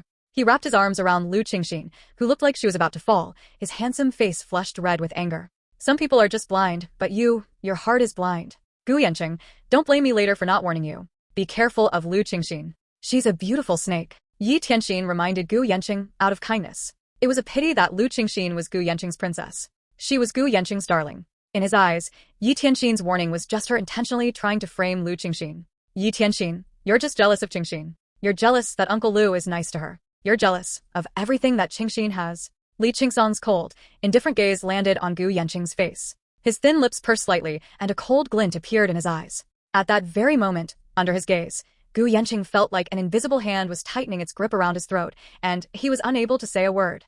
Lu Jijun looked tearfully at Li Qingsong. She could clearly tell how gentle and doting Li Qingsong was toward Ye Tianxin. She just didn't understand why. There were so many beautiful girls in the world. There were so many knowledgeable, elegant, gentle, and perfect girls out there. Why was a man like Li Qingsong so infatuated with a country brat? What was so great about Ye Tianxin that she was worthy of such gentle treatment from a man like Li Qingsong, who was a favored son of the heavens? Elder brother Yanqing, forget it. Don't fight because of me anymore. Lu Jijun's eyes flashed with unshed tears, and Gu Yanqing's heart melted. Jingxin, do you know how worried I was about you? You ran off without saying a word. I was scared to death. Gu Yanqing's voice was soft and gentle. His voice was like a feather, gently touching her heart. If this had happened in the past, Lu Jijun definitely would have been moved. But now, she was no longer moved by Gu Yanqing. Lu Jingxin's eyes and heart were only for Li Qingsong. Even though she and Li Qingsong had only met a few times, she was completely in love with him. His brows, his eyes, and his lips were all deeply etched in her mind. Elder brother Yanqing, I don't have a mother anymore. From now on, I am a motherless child. The corners of Ye Tianxin's mouth twitched upward. She thought to herself, then shouldn't she be the one crying? She didn't have any memories of her mother at all. She didn't even know what her mother looked like. Elder brother Li, shall I embroider a little something for you? Ye Tianxin looked up at him with a sweet smile. Li Qingsong turned to look at her. His eyes were gentle and full of warmth. I like wolves. Ye Tianxin's face fell almost immediately when she heard that. Elder brother Li, aren't you making things difficult for me? I've only just started learning. How can I possibly embroider a wolf? I can only embroider flowers and grass right now. How about I embroider you some bamboo leaves? Sure, Li Qingsong answered. Their low conversation was overheard by Lu Jijun. Every word they exchanged was like a knife to her heart, turning it into a bloody mush of flesh. He was great. He was so very great. How was Ye Tianxin worthy of him? That woman, Ye Tianxin, was a murderer. She was a killer. How could a woman like her be worthy of Li Qingsong, a perfect and noble man parallel to none? She was unworthy. She was unworthy. Ye Tianxin was unworthy. Jingxin, I'll stay with you. I'll stay with you forever.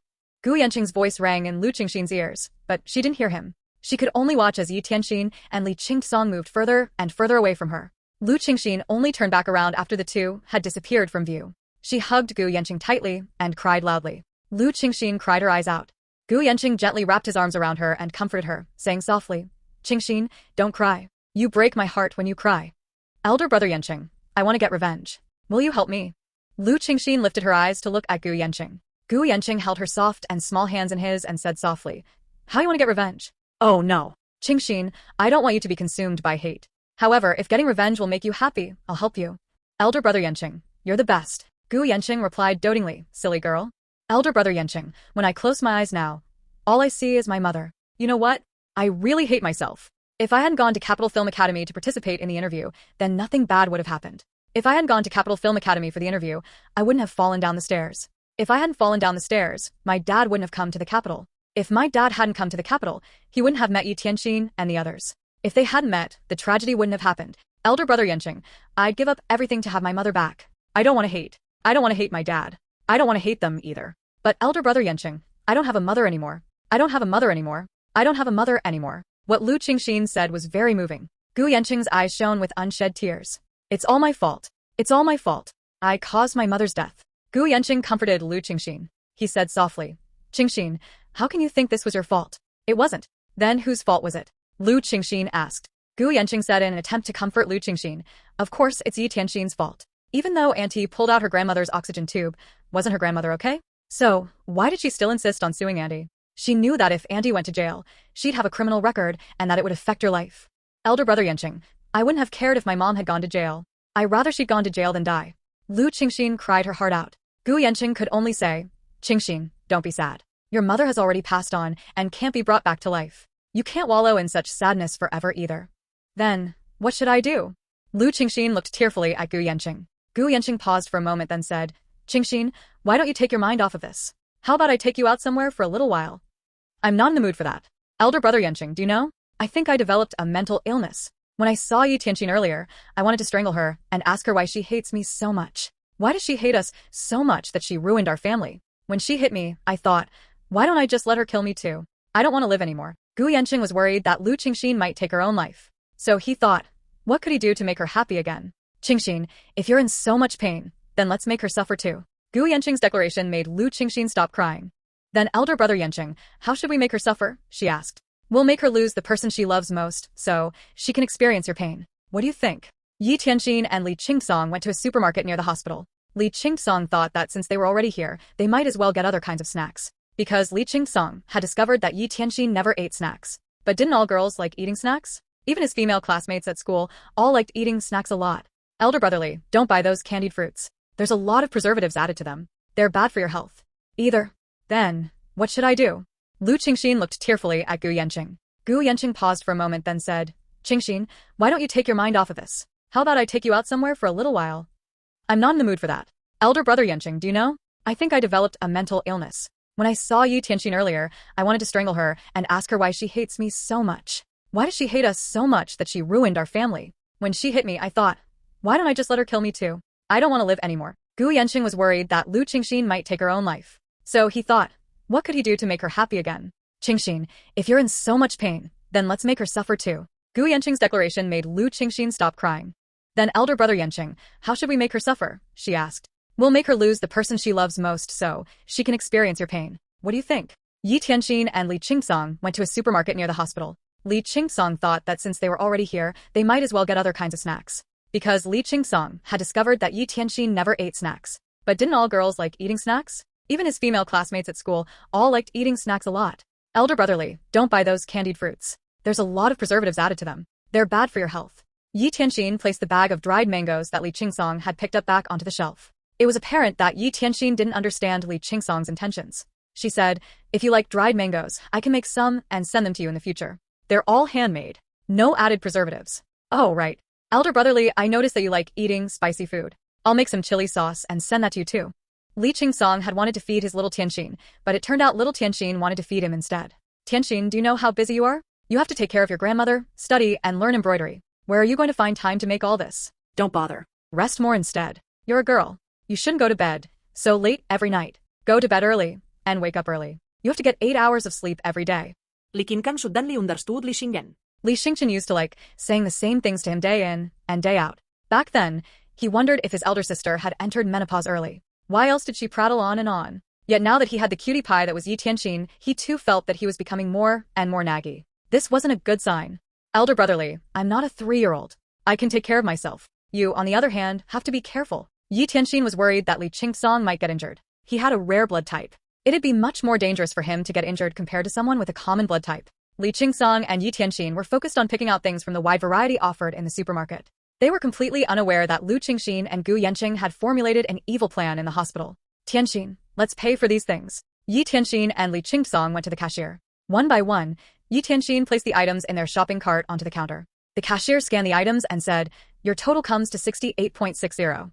Ye Tianxin and Li Qingsong paid at the same time and both offered up a $100 bill. The cashier, however, took Li Qingsong's money and gave him the change. Li Qingsong took the shopping bags and left the supermarket. At the entrance, there was a young woman wearing a thin khaki trench coat. Her long hair was slightly curled, and her makeup was exquisite. She held a shopping bag in one hand and had a limited edition branded bag slung over her shoulder. Qingsong, is that really you? I saw you inside the supermarket earlier, but I didn't dare to call your name. You've changed so much.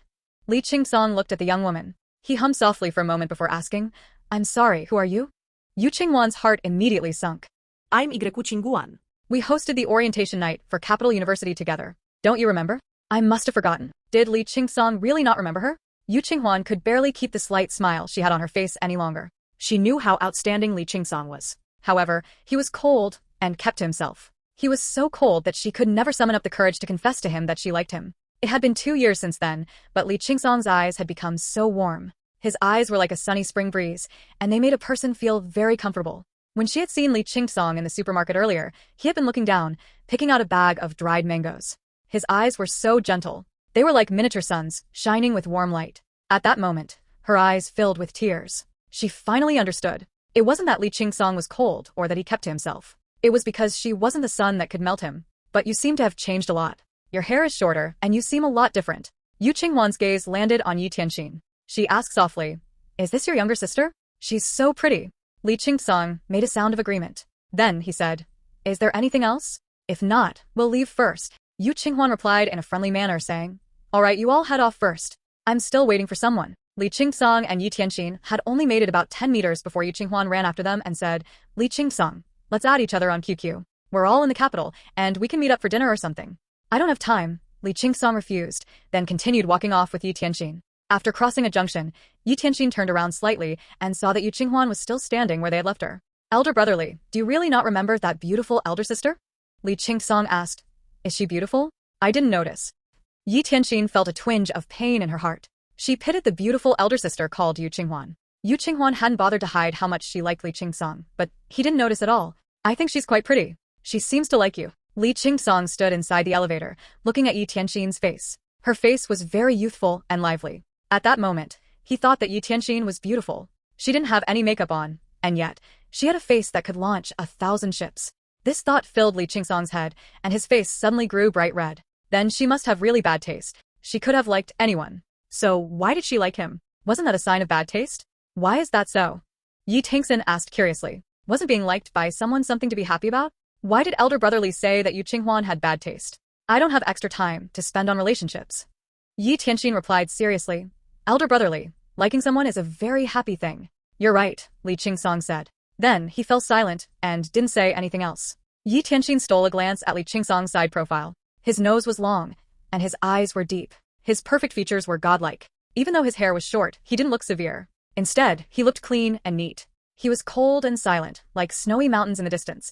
No, he was like a snow lotus that had blossomed on the peak of one of those snowy mountains. He was beautiful. You two are back. Grandmother had just finished getting her blood pressure taken when the two entered her room. The nurse was packing up and preparing to leave. Ye Tianxin took out the bag of fruit candy and fed an orange-flavored candy to her grandmother. Grandmother, is it sweet? She asked, her smile reaching her eyes. It's sweet. Grandmother replied. Tianxin, I changed into a new set of clothes. Help me wash my other set.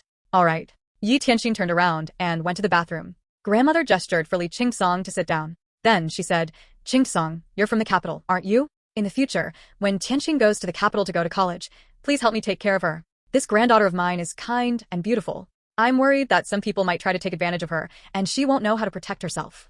Li Qingsong sat beside grandmother. He knew what she wanted to say, and also understood what she was thinking. Grandmother, don't worry. I'll treat Tianxin like my younger sister, and I'll definitely take good care of her. Tianxin is a good girl. You don't have to worry about her. What you have to do now is take care of yourself and stay healthy. Grandmother looked at Li Qingsong, her eyes filled with affection. She happily told Li Qingsong about the embarrassing things that Ye Tianxin had done in the past. Li Qingsong listened to every incident she recounted with great interest. He couldn't help but conjure up images of Ye Tianxin in his mind. She was really very cute. Grandmother, don't tell elder brother Li about the stupid things I did in the past. It's so embarrassing. Grandmother laughed and said, What's so embarrassing about them? Those are your life experiences. Ye Tianxin took out a piece of wet tissue and wiped her hands. Then, she sat down next to a table off to the side and massaged her grandmother's legs. Grandmother, I've already grown up. Oh, right, grandmother. I called my teacher yesterday. He said that there'll be a mock exam at the beginning of the month and asked if I can make it back. I told him that I would be able to. I'll do well on the exams and make you happy. Grandmother smiled widely. She had been very worried about Ye Tianxin's studies in the past. Auntie Zhu, especially, would come to chat with her often and tell her about how sensible and obedient Ye Yuran was. She also talked about how mischievous Tianxin was and how she kept skipping class. Grandmother was very worried about all this and wondered what would happen to Tianxin if she didn't do well in school. But now, her heart ached when she saw how obedient Tianxin was. She would rather her darling granddaughter remain innocent and carefree than grow up so quickly. Grandmother, we'll go back together after you've recovered. If the doctor says that you can't go back, then I'll hire a nurse to take care of you for a while. When I'm done with the college entrance exams, we'll come back to the capital together. Then I'll join the crew to film the movie, and I'll bring you with me? No. What would I do at the filming set? When I'm better, I'll return to the town of Jiaming. The air in the capital isn't as good as the air in Jiaming. Jiaming is much better. There are green mountains and clear rivers, and even the air smells sweet. You don't even get to see the sun much in the capital. Grandmother didn't like the capital. People grandmother's age preferred simple little towns. All right, we'll do as you say. Ye Tianxin and Li Qingsong sat on either side of grandmother. By the window, there was a pot of blooming jasmine flowers, which exuded a faint fragrance. Excuse me. Li Qingsong's phone rang. He answered it and walked into the room next door. Li Xingchen saw her younger brother emerge from the room next door. How's grandmother doing? He asked. The doctor said that she's recovering very well. Li Xingchen handed Li Qingsong a box and said, "Here's the phone you wanted." Li Qingsong opened the box and looked at the white-colored phone inside. The phone was the same model as his, but in a different color. I already put our contact numbers on it. Tell Tianxin that she can give me a call if anything comes up. Li Qingsong made a sound of agreement and said, "Then I'll pass this on to her. I'll wait for you here. Mom and Dad are waiting for you to come home tonight." Li Xingchen's words made Li Qingsong stop mid-stride. "All right," he answered. Li Qingsong entered the room next door and called Ye Tianxin over to him. He said, "Tianxin, I'm going home. This is the phone I prepared for you. My number and my elder sister's number are both saved on it. If anything comes up, give me a call. If you can't reach me, or if you need anything, call my sister and she'll help you." They were about to part, and a hint of sadness welled up in Ye Tianxin's heart. She suddenly couldn't bear for him to leave. "Elder brotherly, have a safe trip," Ye Tianxin said. Then, remembering something, she said, "Hang on." Li Qingsong stood in the hall and waited for Ye Tianxin. Ye Tianxin rushed back into the room and came back with a small amulet less than a minute later. "Elder brotherly, this is a traditional amulet from the town of Jiaming. It'll keep you safe. Even though my embroidery skills aren't that great, this is a small token of my appreciation. I'll work hard on my embroidery skills and will embroider you an even better one to give you next time we meet." There were 2 coins inside the amulet. Bronze coins would have been better. Bronze coins could ward off evil spirits. However, she hadn't been able to find real bronze coins, so she'd filled the amulet with regular coins. This is already very good. Li Qingsong carefully tucked the amulet away. Then, he stretched out his hand and patted Ye Tianxin's head. "Study hard, and take care of yourself. Don't try to take on anything you can't handle. Got it? Got it." Ye Tianxin was very upset, but she still lifted her tiny face and smiled brightly at him. "I'm going to leave now." Li Qingsong resolutely turned around and started to leave. Ye Tianxin followed Li Qingsong out the door. Li Xingchen emerged from the other room. She was dressed professionally, and her short hair was tucked neatly behind her ears. She looked fearless. "Elder sister Xingchen." Li Xingchen walked up to Ye Tianxin and touched her face. "Tianxin," she said, "you don't have to worry, even if this little overlord isn't in the capital. My phone number is saved on your phone. Just give me a call if anything comes up." "Thank you, elder sister Xingchen." Ye Tianxin answered obediently. Li Xingchen thought to herself, "If you manage to tame the wild horse of our family, I'll call you elder sister." "Oh child, you're so polite," Li Xingchen said. Then, she glanced at her oblivious younger brother. He really had a block of wood for brains. "Then we'll head off now." Ye Tianxin couldn't bear for Li Qingsong to leave. It was a very odd feeling. She knew that Li Qingsong was a man with aspirations of his own, and that he would go back to where he belonged one day. However, she still hoped that he would be able to come back soon. In the garden downstairs, seeing that his wife, Li Xingchen, was holding a travel bag, Xia Xinghe immediately strode forward to take it from her. "Xinghe, this is Tianxin. Tianxin, this is elder brother Xinghe." Ye Tianxin looked at Xia Xinghe. His eyes were hard, and he had a scar running down his face. He seemed like a gloomy person. "Elder brother Xinghe." Xia Xinghe nodded in greeting. Seeing how much Ye Tianxin couldn't bear for him to leave, Li Qingsong couldn't help but pat her head. "I'm heading off now," he said. "All right. Goodbye, elder brother Xinghe. Goodbye, elder sister Xingchen. Goodbye, elder brother Xinghe." The 3 of them got into the car while Ye Tianxin remained standing where she was. She watched as the sedan disappeared from her sight. It felt as if a part of her heart was missing. It was a heavy feeling, and Ye Tianxin started to feel gloomy. When she was back in the elevator, Ye Tianxin saw her reflection in the steel doors and realized that she'd been crying. Did brotherly notice that I was crying? That's so embarrassing. I'm a grown woman. Why am I so emotional? This is a bad sign, she thought. When Ye Tianxin returned to the ward, her grandmother could tell at one glance that she had been crying. "Tianxin, you couldn't bear to see Li leave, could you?" she asked. "Grandmother, I've fine. "I just don't know how to repay brother Li's kindness. He was so nice to us," Ye Tianxin replied. "If it hadn't been for brother Li, I probably wouldn't have been able to survive in the capital and find such a skilled specialist to operate on grandmother. Every single step I've taken in life has been so difficult," Ye Tianxin thought. "Li is a good man. Let's be kinder toward him from now on. Grandmother consoled weakly, and Ye Tianxin felt a wave of sadness wash over her. She'd always known that the day would come when Li Qingsong had to return to his normal life while she stayed on with her grandmother. But she felt hollow at the thought of it, and it was as if she had lost a piece of herself. She felt as gloomy as a rainy day and was overwhelmed with depression, yearning, and uncertainty. For some strange reason, her heart also began to ache. Grandmother, I'll go study and do some practice questions, Ye Tianxin said and walked over to the study table. When she reached over to grab her exercise books, she realized that there were a few new additions to the pile. They were all the past papers for the capital's National College entrance exam, and there was a post-it note stuck to the exercise book at the top. It was a note from Li Qingsong. He had written confidently with a fountain pen, "Tianxin, I'll wait for you at the capital university."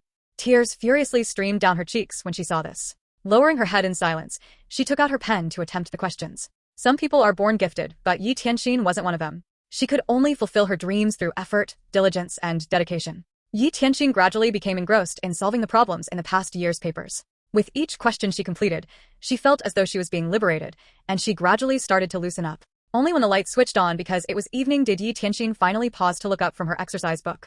Her beautiful, exquisite features were reflected in the glass window as she glanced outside and saw how dark it was. Turning to the side, she apologized. "Grandmother, I'm so sorry. I forgot the time, because I was too engrossed in my studies." "Come over and eat, Tianxin," her grandmother beckoned.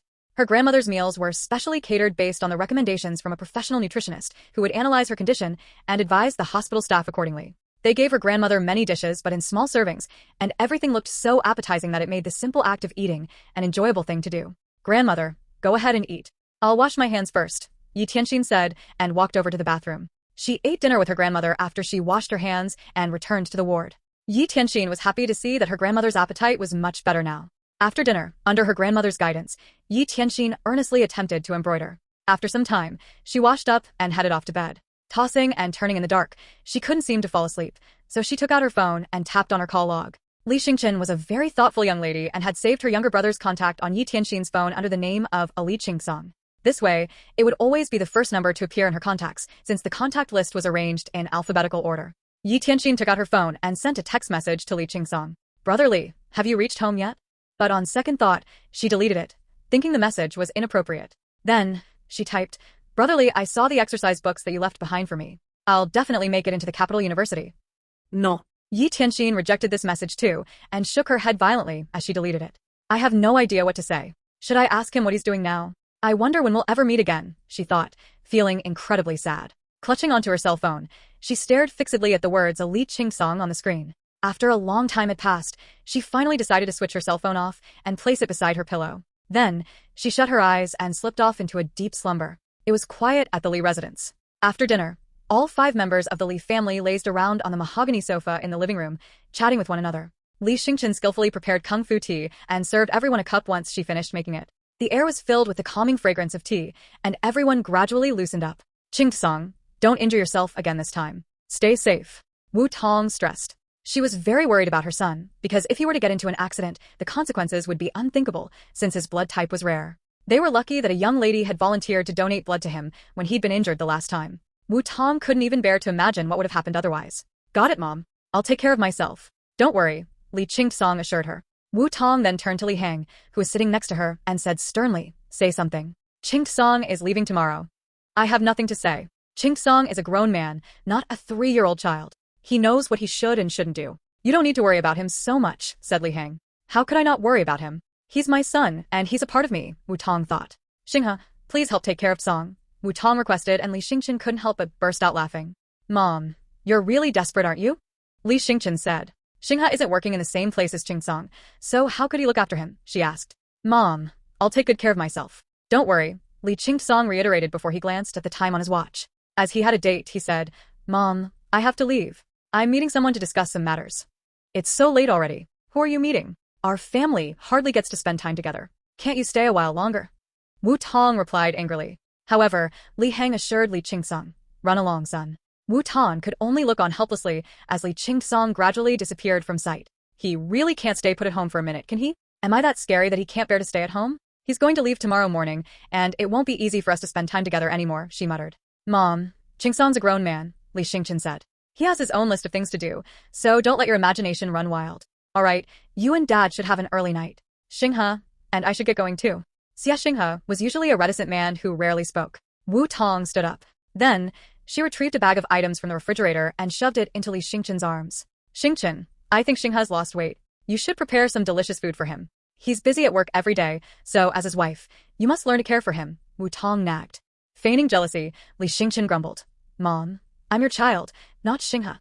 Xie Xinghe waited for Li Xingchen by the door. When he heard his wife's voice, his scarred face softened up into an unusual, gentle expression. After Li Xingchen and Xie Xinghe left in their car, Wu Tong then went back into the house. In the car, Li Xingchen briefly went through the bag of items that her mother had handed to her before she tossed them onto the space in the back seat. As she paid attention to the road, she then realized that they were not taking the usual route home. Xinghe, where are we heading to? She asked, confused. When they came to a stop, Xie Xinghe turned and moved closer.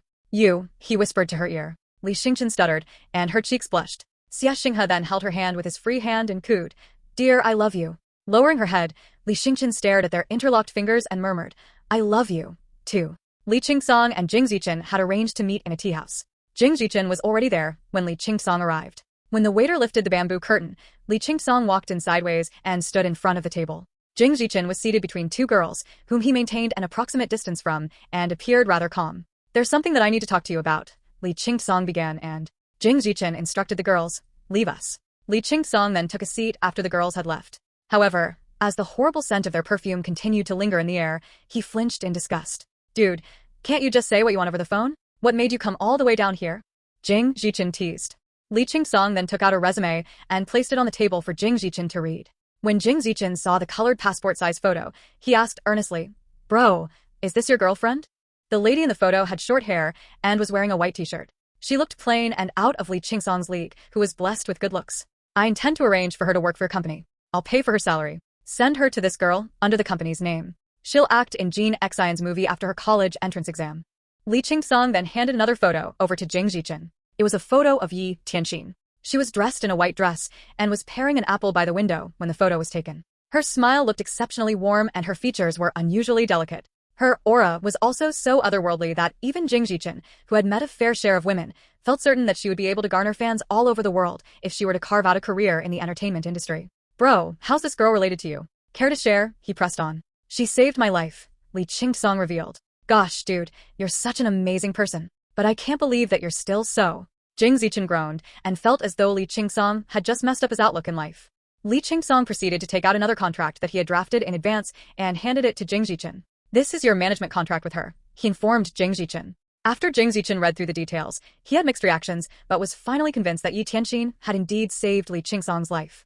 Leave it to me. I'll definitely do a proper job for you. Under my protection, nobody in the industry would dare to offend her.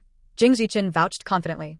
Besides, everyone was reluctant to give me a loan when I started my company back then, and you were the only one who believed in me, trusted my abilities. Even though I'm a major shareholder in the company, you're the one with the final say.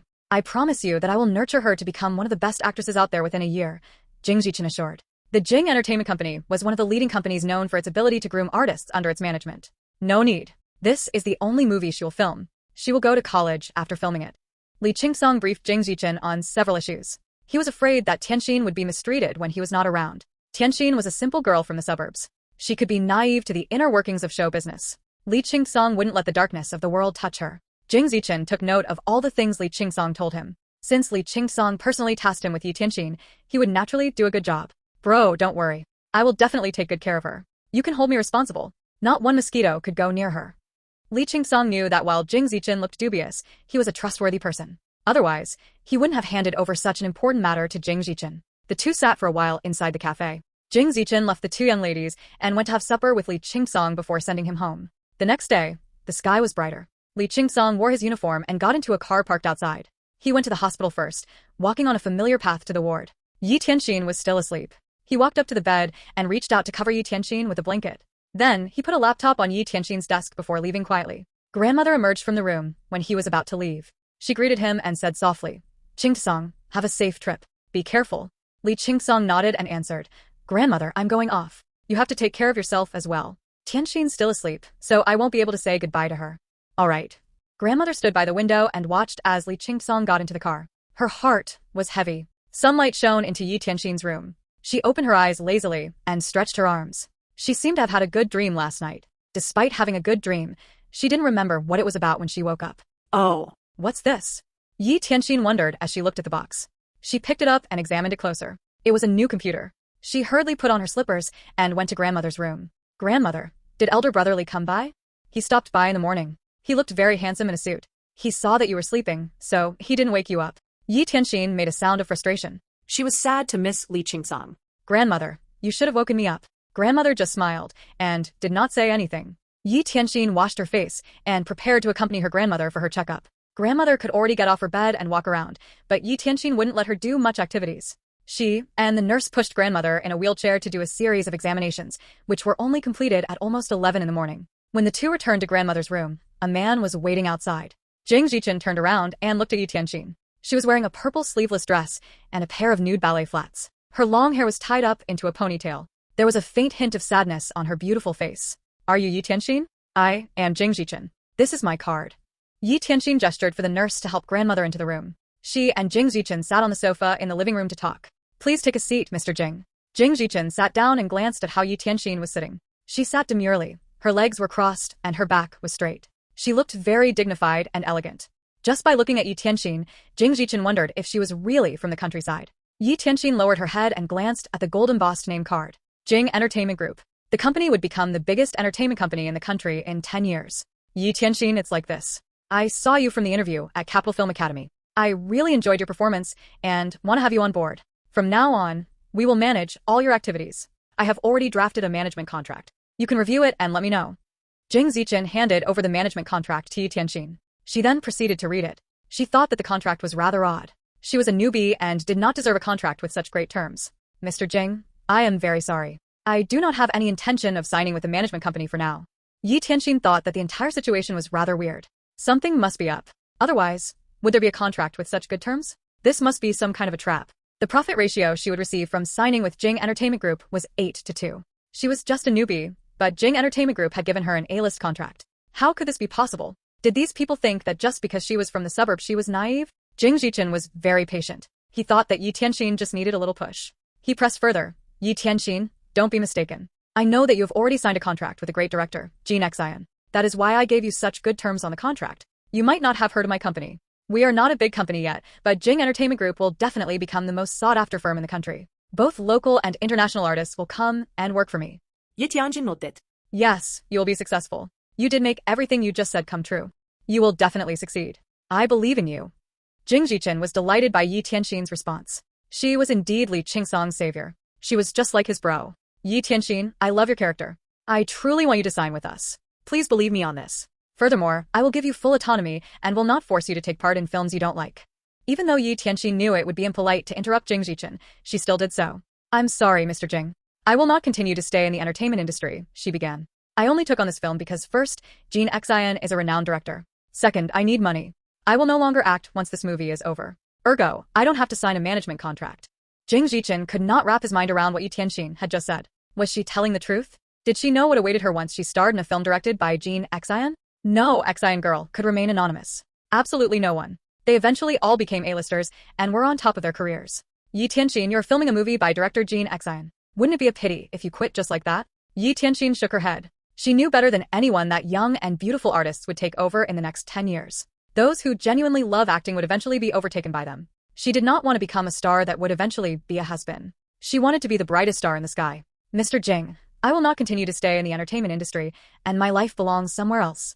Jing Jijun thought that he was screwed. Would he fail at the task Li Qingxing had assigned him? Ye Tianxin, it is stated clearly on the contract that you will have autonomy. The management contract will not hinder you from undertaking any projects.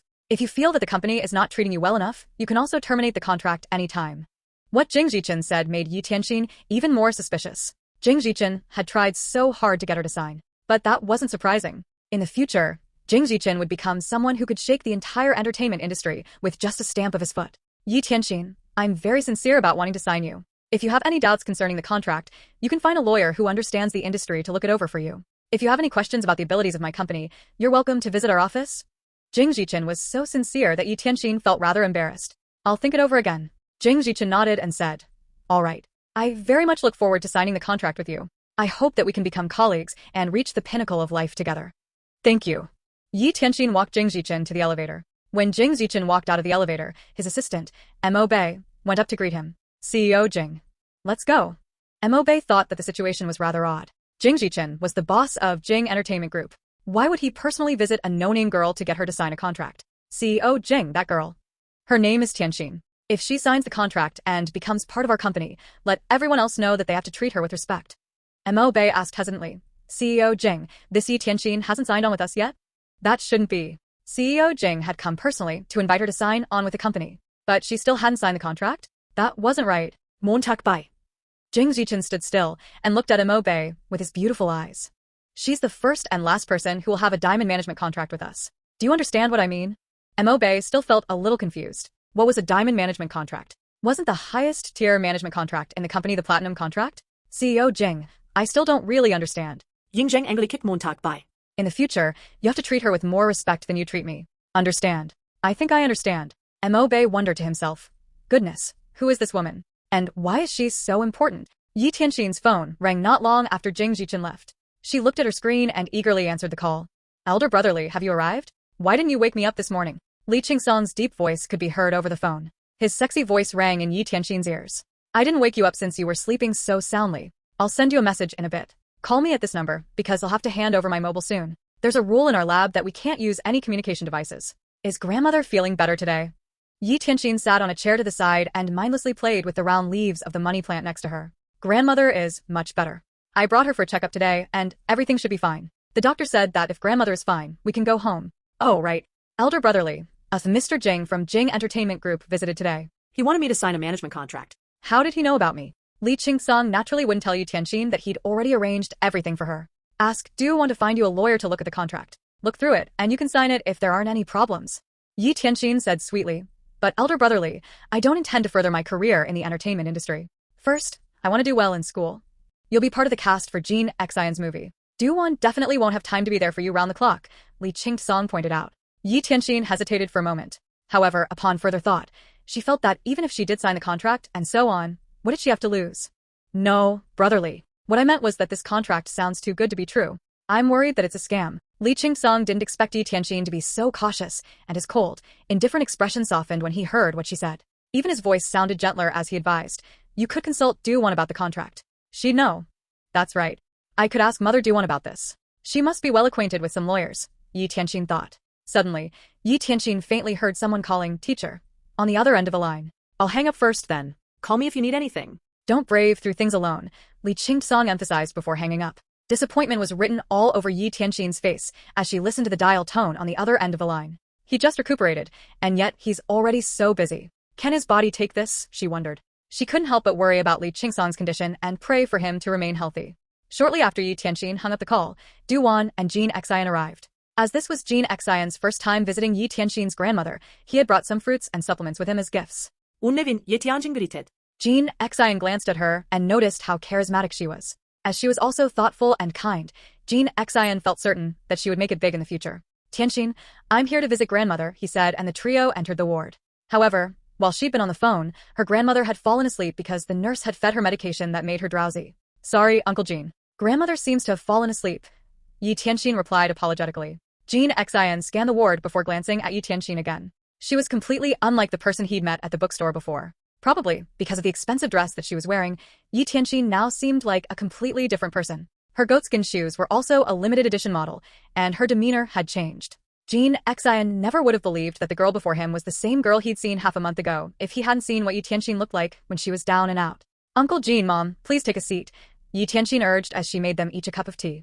After Du-won took a sip, an odd expression came over her face. Qin Lian, too, found the scent of the tea familiar and probed, Tianxin, the fragrance of a tea. As Du-won and Li Qingsong were acquainted, there was nothing for her to hide. She explained, brotherly gave it to me. If you like it, I could give you some before I leave. It's all right. You can keep it for yourself. Du-won de Qin. Du-won could tell that the tea was likely a rare, premium-grade Da Hong Pao, for its fragrance wasn't something that could easily be forgotten after tasting it. Who exactly is Li Qingsong? And how did he get his hands on such a premium tea? She ruminated. But Mom, I don't like to drink tea, Ye Tianxin assured her, and proceeded to pack up the remaining tea leaves for Du-won. Du-won wasn't exceptionally thrilled to receive the tea, but as she held onto them, she felt deeply comforted by Ye Tianxin's attitude. I won't stand on ceremony then, she thanked her, and put the tea away in her bag. With a grin on her face, Ye Tianxin took out the contract that Jing Jijun had given her and asked, Mom, I was just about to give you a call as well. Today, an entertainment company sought me out and expressed their interest in signing me on. This is the contract they gave me. Could you help to take a look at it and see if it's all right for me to sign? Both Du-won and Jin Xian started seriously scrutinizing the contract and were surprised by how much the contract exceeded their expectations. If Jianxin didn't recognize the official seal of the Jing Entertainment Group from his experience working with them in the past, he would suspect it of fraud. No entertainment company would offer such a good contract to newbies. In fact, even lead actresses who'd won awards might not be offered such fine terms. Why would Jing Entertainment Group offer a contract like this when Ye Tianxin already made it clear that it'd be impossible for her to develop her career in the entertainment industry in the future? Wouldn't it be a loss-making deal? They wondered. There's nothing wrong with the contract. You can sign it. Du-won assured her and handed the contract back to Ye Tianxin. But if you've made up your mind to sign it, I'd better be there with you when you do, she noted. Ye Tianxin heaved a sigh of relief and replied, Mom, before I thought it was a scam. After all, I'm a newbie, so why would they offer me such good terms? Du-won smiled and said, maybe they came to know that you're about to star in director Jin's movie. After all, director Jin is an internationally acclaimed director. Jin Xian laughed heartily and replied, Du-won, you're too kind, but it must be because of Tianxin's potential. I think Jing Entertainment Group sees potential in her, which is why they offered her the contract. Congratulations, Tianxin. Thank you, Uncle Jin. Tianxin said, overwhelmed with joy. The contract should be fine since both Mother Du-won and director Jin Xian said so. There's nothing for me to lose by signing it. In fact, I'd stand to gain by signing it, Ye Tianxin decided. As it was a rare opportunity for the screenwriter, director, and female lead to get together, the trio made use of the opportunity to discuss the script. Du-won had written The Red Cherry, and because she'd poured her heart and soul into writing it, she naturally hoped that the movie would arouse a favorable response from its audience. Furthermore, as the cost of filming it had nearly made Jin Xian and Du-won go bankrupt, they naturally felt the most pressure for the film to perform well. The trio became so engrossed in discussing the script that they would have kept on talking if the caretaker hadn't entered the ward to serve them dinner. Du-won and Jin Xian left shortly after dinner, for they were both busy and had only managed to make a little bit of time to visit Ye Tianxin's grandmother in the hospital. Du-won sat in the passenger's seat while Jin Xian drove the sedan. She then elegantly took out a long, thin cigarette from her bag and placed it between her red lips before lighting it. Her delicate brows scrunched into a worried frown, for the tea had reminded her of Li Qingsong's identity. Jin Xian, I heard something about Lu Jijun, who started the Jing Entertainment Group, she remarked. Jin Xian continued to navigate the car as he asked, are you worried about Tianxin? Yes. She's an adorable but simple-minded child. I'll be quite happy if she chooses not to enter the entertainment industry. But she hesitated. I'm a little concerned about Mr. Li. Nothing good will come out of their relationship if they aren't compatible from the outset.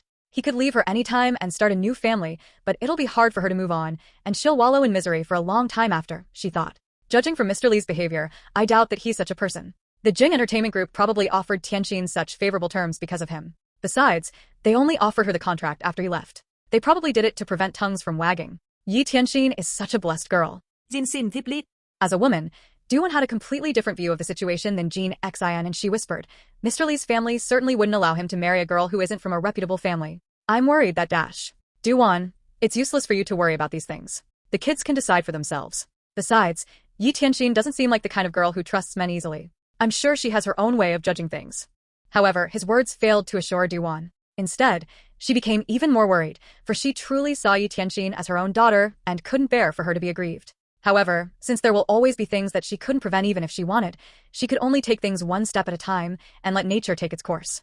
3 days later, the Jing Entertainment Group posted on their official website that they had signed on a new diamond-ranked artist. Everyone in the entertainment industry, including the other artists in the company, was dying to know who the new artist was. Because the CEO of Jing Entertainment Group had personally signed the contract without going through any artist managers, everyone concluded that the new artist must be an influential person. But no matter how hard the artists in Jing Entertainment Group tried to find out more information, they failed to find out anything. After Jing Zichen personally stored the contract in his safe, he called Li Qingsong, who was thousands of miles away. Bro, Ms. Ye signed the contract. She's really beautiful, Jing Zichen remarked. Li Qingsong frowned when he heard this and warned, you'd better not make a move on her. I wouldn't dare. Since she's your benefactor, I'm also indebted to her, so I wouldn't dare do anything to her. Dude, you have good taste in women. I'm sure that she'll become a superstar in the future since she's so attractive, Jing Zichen commented. Li Qingsong rubbed the space between his eyebrows and asked, and your point is? I'm just saying that I'm so lucky, he chirped and laughed. Tianxin's grandmother may be discharged from the hospital soon. Make arrangements for Tianxin to return home. You could check with the airline if she could. However, Jing Zichen interrupted him and said, hey, this is a small matter. Just leave it to me. I've already checked with the airlines. She could take the plane, and after she disembarks, we'll drive her over to her grandmother's in an RV. I intended to send her back personally. Don't worry anymore, all right? We have to keep Tianxin's identity under wraps for now. Li Qingsong emphasized. Sure. Jing Zichen agreed. While Li Qingsong wasn't physically by Ye Tianxin's side, he was there with her in spirit. His meticulousness and thoughtfulness made Jing Zichen extra careful and thorough in his arrangements. When Ye Tianxin was seated in the RV, she stared out of the car window at the receding scenery, feeling exceptionally calm. She hadn't felt a sense of belonging at the capital, even after being there for so long. Now that she was on her way back home to Jiaming Town, she felt a great sense of calm and comfort. All of a sudden, the RV stopped on the highway. When Jing Zichen, who was in the car ahead of Ye Tianxin's, got out and asked what was going, he found out that there was a minor car accident on the highway ahead of them. Grandmother, are you feeling motion sick? Are you all right? Ye Tianxin asked in concern. Her grandmother shook her head, for she'd been sleeping ever since boarding the car and didn't feel sick at all. In that case, let me get you some water, Ye Tianxin suggested. While she was pouring water for her grandmother, she saw an expensive-looking SUV in the opposite lane. Its license plate began with Shun A. What is an SUV from Shanghai City doing on this highway? She wondered. Ye Tianxin was so lost in thought that she didn't even notice when hot water overflowed from the cup, burning her feet. Ouch. Quick. Rinse your feet with water. Grandmother handed a bottle of water to Ye Tianxin. Ye Tianxin poured the icy cold water on her feet, easing the pain. Tianxin, child, what were you thinking about? Grandmother, are you feeling? Fortunately, the water in the hot water bottle wasn't hot. It merely turned her pale feet slightly pink. The burn wasn't serious. Tianxin, grandmother, I went ahead and asked what happened. I heard it was a car accident. We'll be able to pass soon. Jing Zichen got into the car and noticed that the back of Ye Tianxin's feet had turned red. He asked in concern, How did you get burned? Your skin's turned red. Let's go to the hospital to get it looked at. Ye Tianxin similet WRL. They were stuck on the highway. How were they going to get to a hospital? It's all right. I'll be fine in a while. CEO Jing, I've troubled you. Jing Zichen didn't know why, but his hands itched whenever he saw Ye Tianxin. He subconsciously thought of a puppy he'd raised once. Every time he returned from school, the dog would welcome him at the entrance of his house. He would reach out and pat the dog's head. The dog was very obedient, very obedient. He wanted to pat Ye Tianxin's head. He resisted the urge and turned to ask grandmother. Grandmother, how did you manage to educate little Tianxin into such a thoughtful child? Quick, teach me your secrets, so I can educate my daughter like that in the future. Grandmother sat there and looked at Ye Tianxin. Her eyes were especially gentle as she did so. Tianxin is like her mother. Her mother was a very sensible child too. Jing Zichen had a rough idea of what had happened to Ye Tianxin's mother. He berated himself silently for not thinking before speaking. Grandmother, why don't you come to the capital as well after Tianxin is done with the college entrance exam? I can find you and Tianxin a condo then, Jing Zichen said as the RV suddenly started up again. He couldn't keep his balance and almost fell over. No need. I prefer the town of Jiaming, and I know the neighbors there well. I'm just waiting for Tianxin to go to college. Jing Zichen had searched up the town of Jiaming on the internet. It was a very small ancient town, but it was in a very good location. The town had many resources, but it was inconvenient to get there, which was why it hadn't yet been developed. The town of Jiaming wasn't far from the highway. About 40 minutes later, the RV pulled up outside the town's ancient city gates. The old streets of the town of Jiaming were very well preserved. The only inconvenience was that the streets were very narrow. The cars weren't able to enter. Fortunately, Jing Zichen had prepared a wheelchair beforehand. The group wheeled grandmother into the old town. Jing Zichen felt as if time had slowed down the moment they entered the city gates. The streets of the ancient town had retained their original character. Upon realizing that he couldn't see any modern appliances, like air conditioners, or hear any modern sounds, Jing Zichen wondered if he traveled back in time. Neighbors who were familiar with grandmother and Ye Tianxin greeted them. Ye Tianxin smiled at them in reply. We're here. Ye Tianxin took out a key and opened the doors to the courtyard. The little courtyard was empty save for some flowers and greenery at the corner of the walls. They were verdant and full of life. Tianxin, your courtyard looks great. Ye Tianxin got the others to put down their things and said, I'll go and clean up your rooms right away. I already told the lady boss of the restaurant at the entrance of this street to bring us dinner later. Jing Zichen didn't dare to make Ye Tianxin do anything. There's no need, he said. We can go ask if there are any hotels in town. She was Li Qingsong's savior, which meant she was also his savior. We have many rooms, so you all can stay here. Jing Zichen hesitated for a moment, but didn't refuse Ye Tianxin. Instead, he asked the 2 drivers and the caregiver who'd come with them to help out too. It'd be easier to clean up with 3 people helping out. The courtyard and the house were cleaned up in less than half an hour. Jing Zichen sat leisurely on a bamboo rocking chair outside. He took out his mobile phone, took a picture of the sky, and sent it to Li Qingsong. The boss of the restaurant brought some food over. Ye Tianxin set up a table outside in the courtyard. She greeted the boss happily, saying, Boss, thank you. Tianxin, are these your relatives? Jing Zichen got up to stand behind Ye Tianxin. He said softly, Yes, I am Tianxin's grandmother's grandnephew. Thank you for taking care of my grandaunt and Tianxin. The boss thought that this was rather odd. Grandmother had such good relatives? Why hadn't they visited in the past? She'd heard from her husband that the cars parked outside the city gates were all luxury cars, and that each car cost several $1 million. Elder brother Jing, eat up. Ye Tianxin pushed her grandmother to the table. The food that grandmother ate was all nutritious and mild. Everyone gathered around the tall wooden table. Tianxin, bring the rice wine I made, and let them have it. Ye Tianxin brought over a large wine jug. The fragrance of the rice wine permeated the air and spread throughout the entire courtyard the moment she lifted the lid. Everyone took a bowl each and took a gulp of the fragrant and sweet glutinous rice wine. It tasted like a normal drink. No matter how much one drank, they wouldn't get drunk on it. CEO Jing, these are all local delicacies of Jiaming. Give them a try. Jing Zichin pointed at a plate of chameleon plant and asked, what's that? We call them folded ears here. Its scientific name is the chameleon plant. It helps to expel heat and detoxify. Try it. Using his chopsticks, Jing Zichin picked up a leaf and ate it, and an unfamiliar flavor rolled across his tongue. It tastes a little weird. The town of Jiaming was close to a river. As such, they had many freshwater delicacies like fresh river prawns and various types of freshwater fish. There were several types of fish on the table alone. There was boiled fish in mala sauce, pickled vegetables, tofu and fish stewed in pickled vegetables, tomato fish soup and fried fish. These dishes were all cooked simply, and even Jing Zichin, who didn't like fish, ate a lot of it. Tianxin, no wonder you're so smart. It must be because you eat a lot of fish. Ye Tianxin smiled sweetly and asked, are people who eat fish smart? Science has proven that fish have lots of nutrients. Jing Zichin rarely ate so much. He continued, I accidentally ate too much. I shall go and walk around the town later.